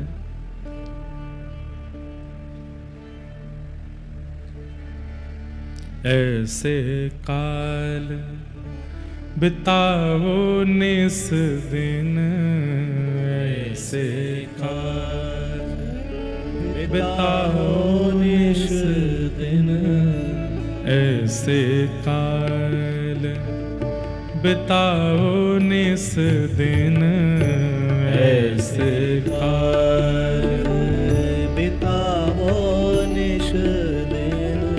भोर सांझ लो, सांझ भोर लो, भोर सांझ लो। सब लोग गाइएगा। सांझ भोर लो। महाप्रभु जगन्नाथ जी को अति प्रिय है श्री वंशी अली जी, और उन्हीं का ये पद है।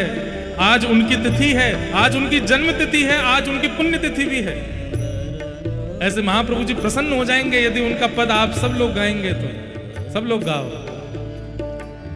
ऐसे काल बिताओ निस दिन, ऐसे काल बिताओ निस दिन।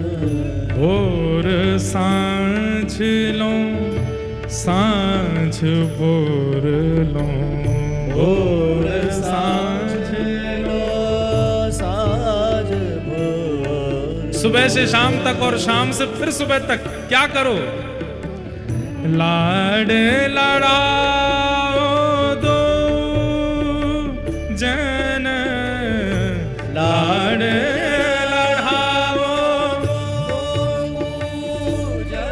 श्री प्रिया प्रियतम को लाड़ लड़ाओ, दिन रात और कुछ करो ही मत। भोर सांझ लो, सांझ भोर लो, भोर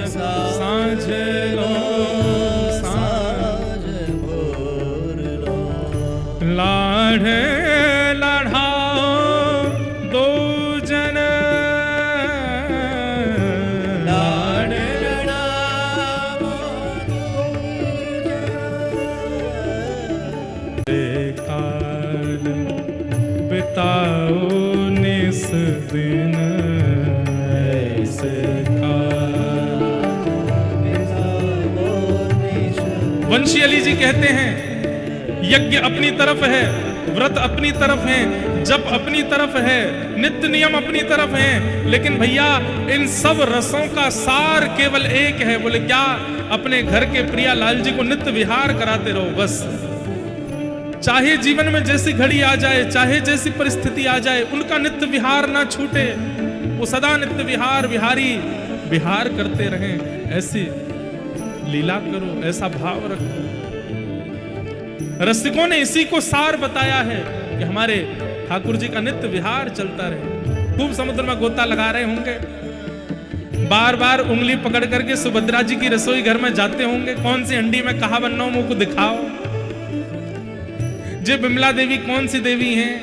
जे पीछे गोपेश्वर महादेव बैठे हैं। बलभद्र जी सुभद्रा जी गोद में लेके प्यारे गिरधर लाल को पूरे मंदिर में घूमते होंगे।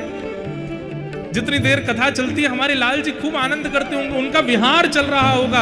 ये चिंतन चित्त में आना ही ठाकुर जी का विहार है।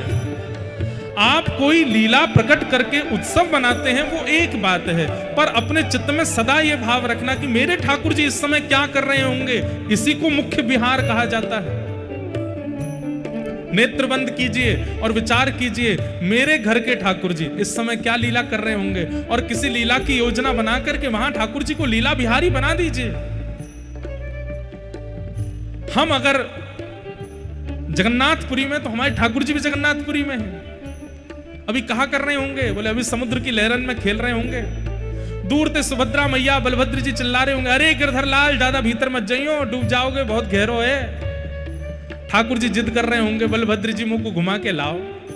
तो श्री बलभद्र जी अपने कंधा पे लेके गए होंगे। समुद्र नारायण से कही हो कि नेक शांत है जाओ, ज्यादा ऊंची लहर मत लइयो, छोटो सो लाला है ब्रजते आयो है, या को नेक डुला के लाऊं। ये नित्य विहार का चिंतन अपने चित्त में करते रहो कि हमारे ठाकुर जी मंदिर में बैठे, सिंहासन में बैठे नहीं, वो कहीं विहार कर रहे हैं।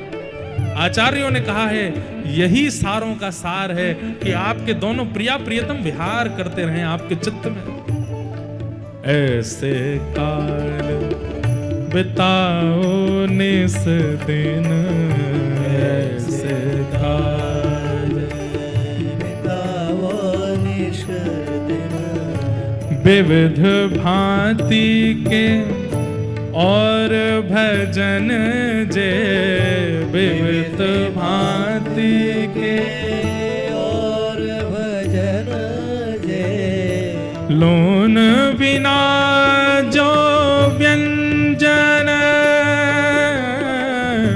लोन बिना जो। आहा, श्री वंशी अली जी कहते हैं आप खूब सारे नियम करते हो, लेकिन ठाकुर जी का नित्य विहार चिंतन में नहीं चलता है, तो उसको वैसे ही मानिए जैसे बिना नमक की कोई साग सब्जी बन गई हो, उसमें रस नहीं आता। आप बड़े बड़े अनुष्ठान करते हैं, बड़े बड़े व्रत करते हैं, बड़े बड़े नियम करते हैं, बड़ी बड़ी उपासनाएं करते हैं, लेकिन अपने ठाकुर जी के नित्य विहार का चिंतन अपने चित्त में नहीं करते, तो ऐसा मानिए जैसे बिना नमक की सब्जी बनाती हो। नोन बिना बहु व्यंजन,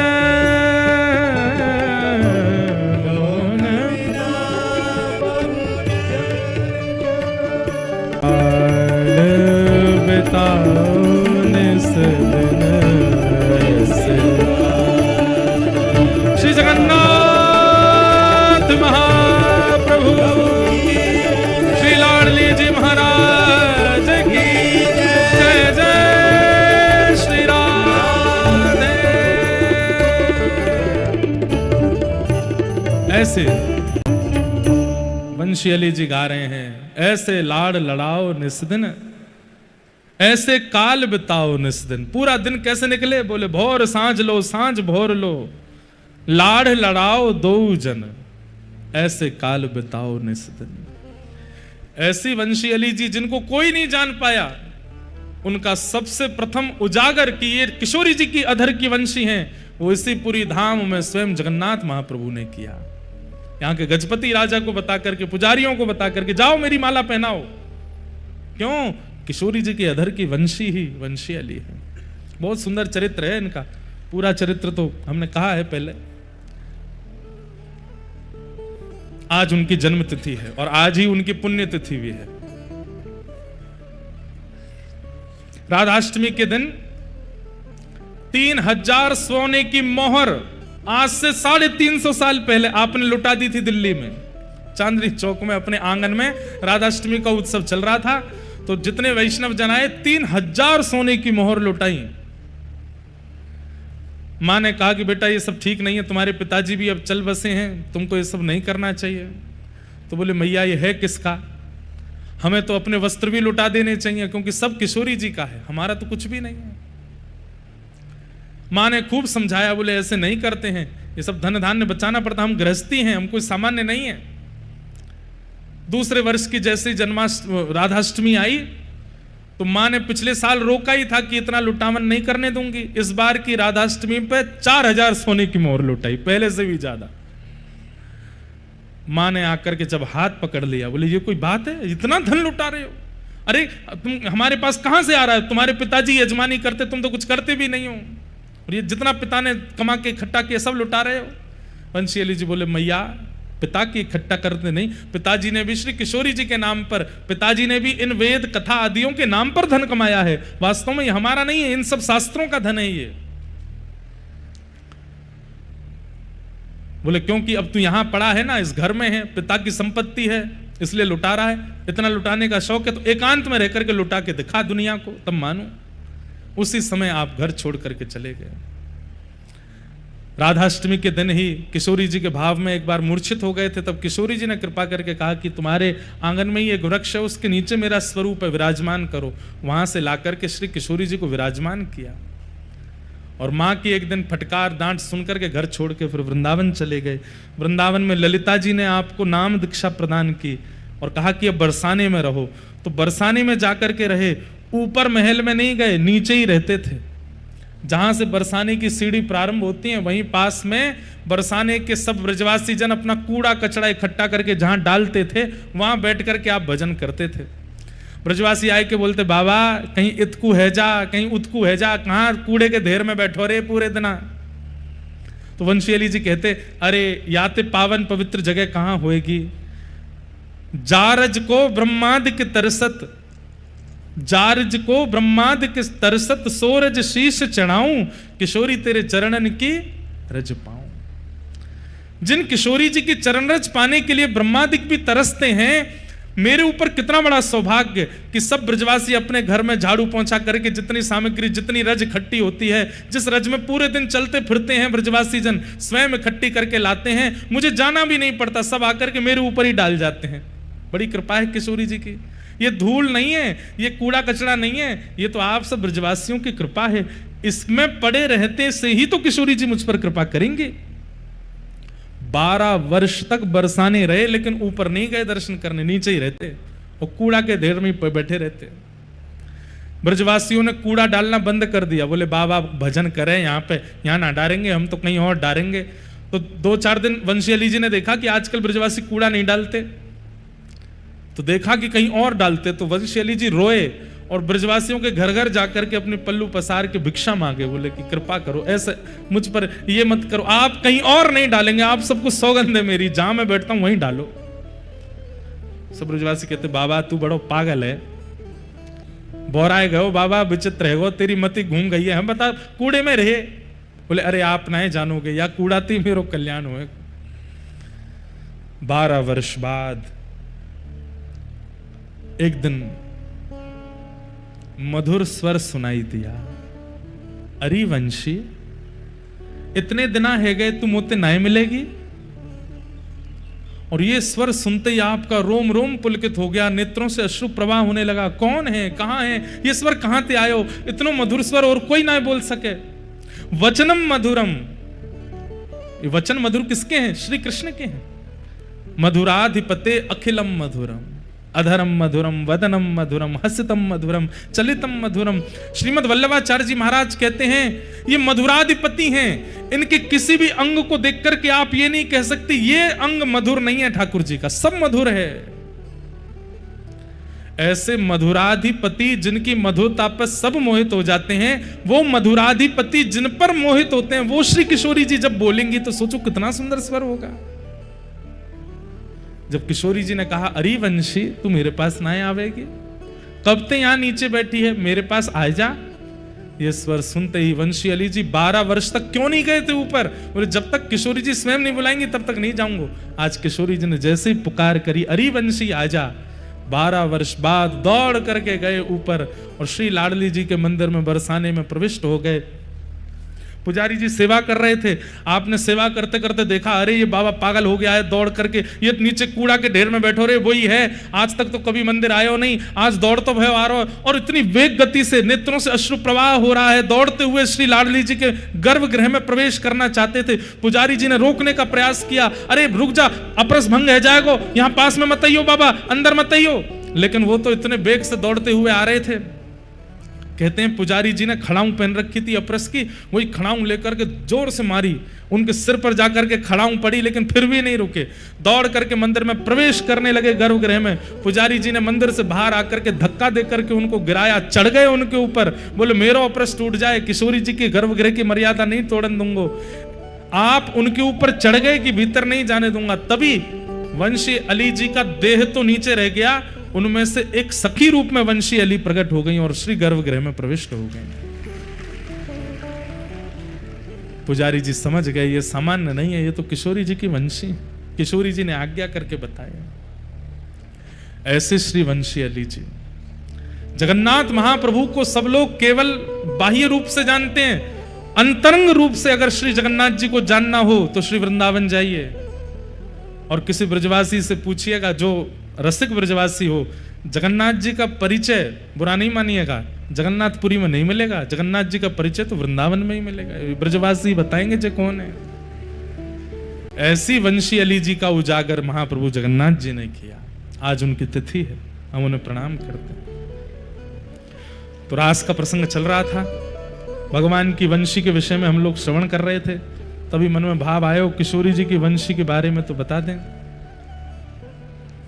भगवान ने वेणुनाद करके सब गोपियों को एकत्रित किया और सबके साथ यमुना पुलिन पर रास विहार किया।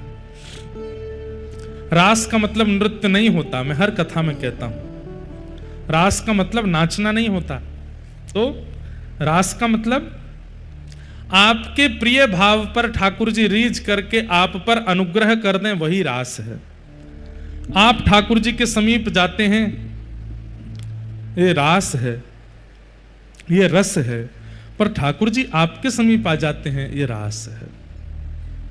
श्री माधवदास जी के ऊपर जगन्नाथपुरी में जगन्नाथ महाप्रभु ने रास किया। क्यों? माधवदास जी को अतिसार का रोग हो गया, कुछ भी खाते हैं रुकता ही नहीं, सब निकल जाता है। अब तो स्थिति ये हो गई कि बिस्तर पे पड़े पड़े मलमूत्र का परित्याग करने लगे। तब महाप्रभु जगन्नाथ जी उन पर कृपा करने के लिए सेवा करने घर पहुंच गए। इसी को रास कहते हैं। स्वयं अंजलि में जल भर के लावें और माधवदास जी के कपड़े पोंछें, हाथ से सब साफ करें। तो माधवदास जी बोले जय जय, आप कोई सामान्य बालक तो नहीं हो, आप जरूर महाप्रभु जगन्नाथ हो। जगन्नाथ जी बोले हम मैं ही हूं। आप मेरी सेवा क्यों कर रहे हैं? बोले तुमको रोग हो गया है इसलिए सेवा कर रहे हैं। ये ठाकुर जी इतनी कृपा करके जब सहजता प्रकट कर देते हैं, इसी को रास कहते हैं। माधवदास के ऊपर रास हुआ है जगन्नाथपुरी में, बलराम दास के ऊपर रास हुआ है, श्रीमन चैतन्य महाप्रभु के साथ रास हुआ है, श्री जगन्नाथ दास के ऊपर रास हुआ है। ये सब वो लोग हैं जिनके ऊपर रास, सालबेग के साथ रास हुआ है जगन्नाथपुरी में, सदन कसाई के साथ रास हुआ है जगन्नाथपुरी में। भगवान का भक्त के प्रति जो अनुग्रह है, उस अनुग्रह को ही रास कहते हैं। नृत्य का मतलब रास नहीं होता। गोपियों पर जो श्री कृष्ण का अनुग्रह है, उस अनुग्रह को ही रास कहा जाता है। हम सब अभी लाइन में खड़े हैं, हम रस प्रस्तुत कर रहे हैं, हम रस का आस्वादन कर रहे हैं, अभी तक रास नहीं हुआ। हम करते हैं, ठाकुर जी हमारे साथ नहीं कर रहे। पर एक बात बोलूं, थोड़ा मोड़ा रास तो सबके साथ होता है, पर हमको पता नहीं चलता। महाप्रभु जगन्नाथ जी जितना रास तो कोई नहीं करता। 2-3 रास की आपको पद्धति बता दूं। आप लोग मंदिर जाइएगा और श्री लक्ष्मी मैया के सामने बैठ जाना, और लक्ष्मी मैया के सामने बैठ करके कहना, हे मैया, और वास्तविकता में हमारी बात सुन करके करोगे तो यह बात घटेगी नहीं, वास्तविकता में भूखे पेट जाना और लक्ष्मी मैया के सामने जाकर कहना, हे मैया देखो ना, महाप्रभु जगन्नाथ जी हमें कुछ पवा ही नहीं रहे, बहुत जोर की भूख लगी है, जेब में पैसा धरे नहीं है, पैसा है नहीं हमारे पास, हम कहां से महाप्रसाद खरीदें, आप कोई कृपा करो ना, जगन्नाथ जी से कहो थोड़ा महाप्रसाद दें। प्रतीक्षा करना, मंदिर बंद होने तक बैठना, अगर योजना बन सके तो कहीं ना कहीं कोई ना कोई एक दिन का ही सही महाप्रसाद का आपको देके चला जाएगा। ये कृपा आप पर होगी, इसी को राज कहते हैं, ये होगा मंदिर में। कल हम गए लक्ष्मी मैया का दर्शन करने, तो हमने जाकर के वहां लक्ष्मी मैया के पुजारी जी ने भीतर बुला लिया, प्रणाम किया, तो इतना सुंदर श्रृंगार होता है लक्ष्मी जी का। तो हमने निवेदन करके कहा, मैंने कहा, हे लक्ष्मी मैया, महाप्रभु जी से ज्यादा नाराज मत हुआ करो आप। हम लोग सुनते हैं कभी आप नाराज होकर दरवाजों बंद कर ले हो, कभी कोई बात है जाए, कभी कोई क्रिया करती हो, कभी, इतना गुस्सा मत किया करो, छोटे लाला ही तो हैं वो। तो पुजारी जी बोले, आप पहले आए हो जो इनसे आकर के उनकी प्रशंसा कर रहे हो, तो नहीं, यहाँ तो सब आके शिकायत ही करते हैं। बोले जगन्नाथ जी ऐसा कर रहे हैं, जगन्नाथ जी यूं कर रहे हैं, हमारी सुन नहीं रहे हैं, हमारे साथ ये बिगाड़ रहे हैं, हे लक्ष्मी मैया आप कृपा करो। मैंने कि हम गांव बारे हैं ना, गांव को व्यक्ति क्यों चाहेगा कि मेरो गांव को पिटे, गांव को व्यक्ति तो यही चाहे मेरो गांव को बचो रे, सही सलामत रे, वहां पे कोई हो नहीं, इसलिए लक्ष्मी मैया से प्रार्थना। रास होता है, आज भी महाप्रभु जगन्नाथ जी रास करते हैं। कल हमें मंदिर एडमिनिस्ट्रेशन के ही लोग बता रहे थे, एक कोई छोटी सी बालिका वो रोज पत्र भेजती जगन्नाथ जी को, और जगन्नाथ जी को कुछ और शब्द कह करके संबोधित करती, वो भैया मानती, उसके कोई भाई नहीं थे, तो वो कहती, हे जगन्नाथ जी आप मेरे भाई हो। तो बोले रोज पत्र भेजती महाप्रभु जी को कि रक्षाबंधन पे मैं आऊंगी, मेरी अवस्था अभी केवल 5 साल की है और मैं आपसे कभी मिली नहीं हूं, मैंने केवल माता जी से आपके बारे में सुना है, और मैं आऊंगी जगन्नाथपुरी, रक्षाबंधन वाले दिन आऊंगी, राखी लेकर के आऊंगी, हे जगा तुम मेरे हाथ से राखी पहनोगे ना। ऐसे बोले महाराज जी, वो रोज पत्र भेजती थी और हर पत्र में दिन लिखती थी, अब रक्षाबंधन में इतने दिन और रह गए, इतने दिन और रह गए, इतने दिन और रह गए। तो बोले मैंने वो पत्र पढ़े और पत्र पढ़ करके उनको पत्र वापस भेजा उसके निवास पे कि मैं मंदिर का ही एक अधिकारी पत्र लिख रहा हूं, मैंने तुम्हारे सारे पत्र पढ़े और सब जगन्नाथ जी को अर्पित किए, रक्षाबंधन वाले दिन तुम आ जाना और मेरा दफ्तर यहाँ है, मेरे दफ्तर पे आके अपना नाम बता देना, फिर मैं तुम्हारा हाथ पकड़ के लेके जाऊंगा और महाप्रभु जगन्नाथ जी को राखी पहनवाऊंगा। बोले महाराज जी मैंने उसको पत्र लिख दिया। रक्षाबंधन वाले दिन मेरे को भी प्रतीक्षा थी कि वो एक छोटी लाली, उसके इतने पत्र आ चुके हैं, वो आएगी, उसको लेके मंदिर जाना है। तो बोले एक हमारा समय रहता है, हमको व्यवस्था देखने के लिए मंदिर में जाना पड़ता है। तो वो समय आ गया था, तो मैं अपने अधिकारियों को बोल गया कि एक इस नाम की कन्या आवेगी और वो मेरा पत्र लेकर के आएगी, उसको बैठाना, मैं उसको लेके जाऊंगा फिर मंदिर। बोले हम सब व्यवस्था देखने के लिए गए, व्यवस्था देख करके आए, तो मैंने पूछा अधिकारियों से कि कोई लाली आई थी क्या छोटी? बोले हाँ, एक 4 साल की 5 साल की बालिका आई थी और आके थोड़ी देर बैठी रही, फिर पता नहीं कहां चली गई। तो बोले मैं फिर ढूंढने निकला, पता नहीं कहां चली गई बेचारी, इतने साल से पत्र लिख रही है, इतने दिन से पत्र लिख, उससे राखी तो बंधवा दें। तो मैं जैसे ही दफ्तर से बाहर निकला वो आ रही थी, तो मैंने उससे कहा तुम वही लाली हो जो पत्र लिखती थी? उसका नाम पूछा तो बोले हाँ मैं वही हूं। तुम क्यों नहीं रुकी, चलो मैं तुम्हें मंदिर ले चलूं, राखी पहनवा दूं। बोले मैं तो राखी पहनाया ही जगन्नाथ जी को। तो तुम कैसे पहना के आ गए? बोले आप यहां थे नहीं, मैं आई तो मुझे किसी ने कहा कि आप तो अभी गए, थोड़ी देर बैठो। पर पता नहीं कहां से एक भैया आए बाहर से और मेरा हाथ पकड़ के, गोरे चिट्टे भैया, बिल्कुल इतने गोरे। तो एडमिनिस्ट्रेशन वाले बोले मुझे लगा कि भाई हमारे उड़ीसा में सांवले होते हैं थोड़े, गोरा कौन आया? बोले गोरे चिट्टे आए और हाथ पकड़ के ले गए और बोले लो यहाँ पे राखी बांध दो और जगन्नाथ जी को राखी पहना दो। और बोले अंदर पहनवा करके आए। महाराज जी आश्चर्य की बात यह थी कि मेरे मंदिर से निकलते और मेरे लौटने तक इतनी देर कपाट बंद थे, महाप्रभु जी के, जगन्नाथ जी के दर्शन हो ही नहीं रहे थे, फिर वो राखी कैसे पहना के आई भीतर? मैंने उससे पूछा कि तुमने राखी पहनाई, जगन्नाथ जी को देखा? बोले हाँ।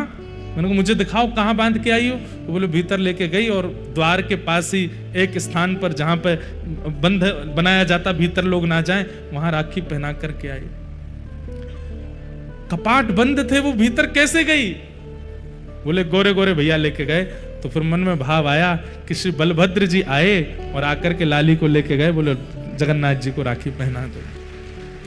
आज भी एक नहीं अनेक लीलाएं मैंने सुनी है, आज भी महाप्रभु जगन्नाथ जी करते हैं। लेकिन कोई अगर चतुराई करके जाएगा कि मेरे को रास का अनुभव हो, तो नहीं होगा। कोई सहज स्वभाव, कोई सहज प्रभाव, कोई सहज ही कोई लीला अंदर मंदिर में घट जाए और वो व्यक्ति कुछ अनुभव करने लगे, उसके मेरे साथ हुआ था कुछ दिन पहले, मैं बताया ना, एकादशी के दिन स्कंद पुराण में लिखा है पेट भर जाए उसके बाद भी महाप्रसाद थोड़ा ज्यादा पाना चाहिए, आकंठ पाना चाहिए। तो उस दिन महाप्रसाद हमने पाया, तो एक भैया आए हुए थे, उन्होंने कहा कि महाराज जी जितना पालेंगे उसके बाद मैं ही पालूंगा। तो मेरा मन तो था पूरा पाने का, लेकिन मैंने कहा अब इनको भी पाना है इसी में, तो मैंने थोड़ा छोड़ दिया, पेट मेरा भरा नहीं था पूरा। उसके बाद हम महाप्रभु जी के दर्शन करने गए, जैसे सामने जाके बैठे, मैंने प्रणाम करके ऊपर किया, पुजारी जी अपने आप ही भात लेके आए, सीधे मेरे मुंह में ही डाल दियो, ले पा। तो जितना रह गया था उतना पवा दिया। यही तो रास है, जहां आप विचार नहीं कर सकते वो क्रिया महाप्रभु जी आपके साथ करें, इसी को रास कहते हैं। रास का मतलब नृत्य नहीं होता, रास का मतलब आपकी प्रिय भाव से प्रसन्न होकर महाप्रभु आप पर अनुग्रह कर दें, उसी को रास कहते हैं। और वो रास आज सब गोपी, अच्छा आप कहेंगे रास क्यों नहीं होता, हमारे साथ रास क्यों नहीं होता?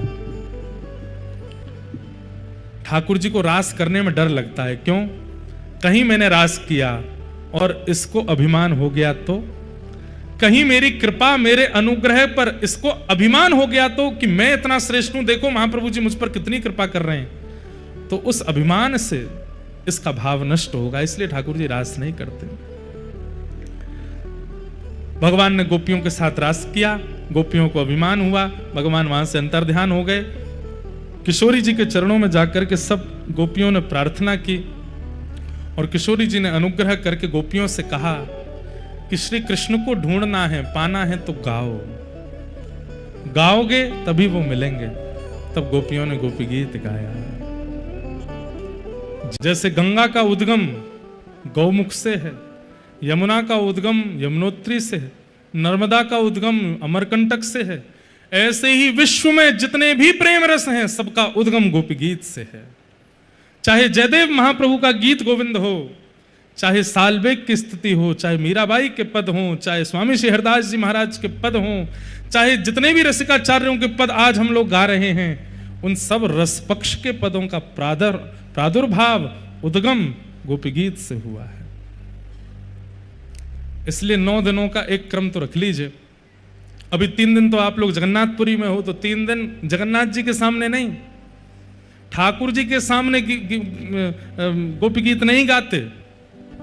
ठाकुर जी को प्राप्त जो करना चाहते हैं वो ठाकुर जी के विरह में गोपी गीत गाते हैं। इसलिए गोपी गीत का गान ठाकुर जी से दूर बैठ के करो, और विशेष रूप से यमुना जी के तट पर बैठ करके, बिमला देवी के सन्मुख बैठ करके, आचार्यों के सन्मुख बैठ के, रजरानी के सन्मुख बैठ के, किशोरी जी के सन्मुख बैठ करके गोपी गीत गा सकते हैं। ठाकुर जी के सन्मुख गोपी गीत मत गाओ, कोई अपराध नहीं है, पर ठाकुर जी यूं कहेंगे मैं तो सामने ही खड़ा हूं, फिर काय को गा रहे हो?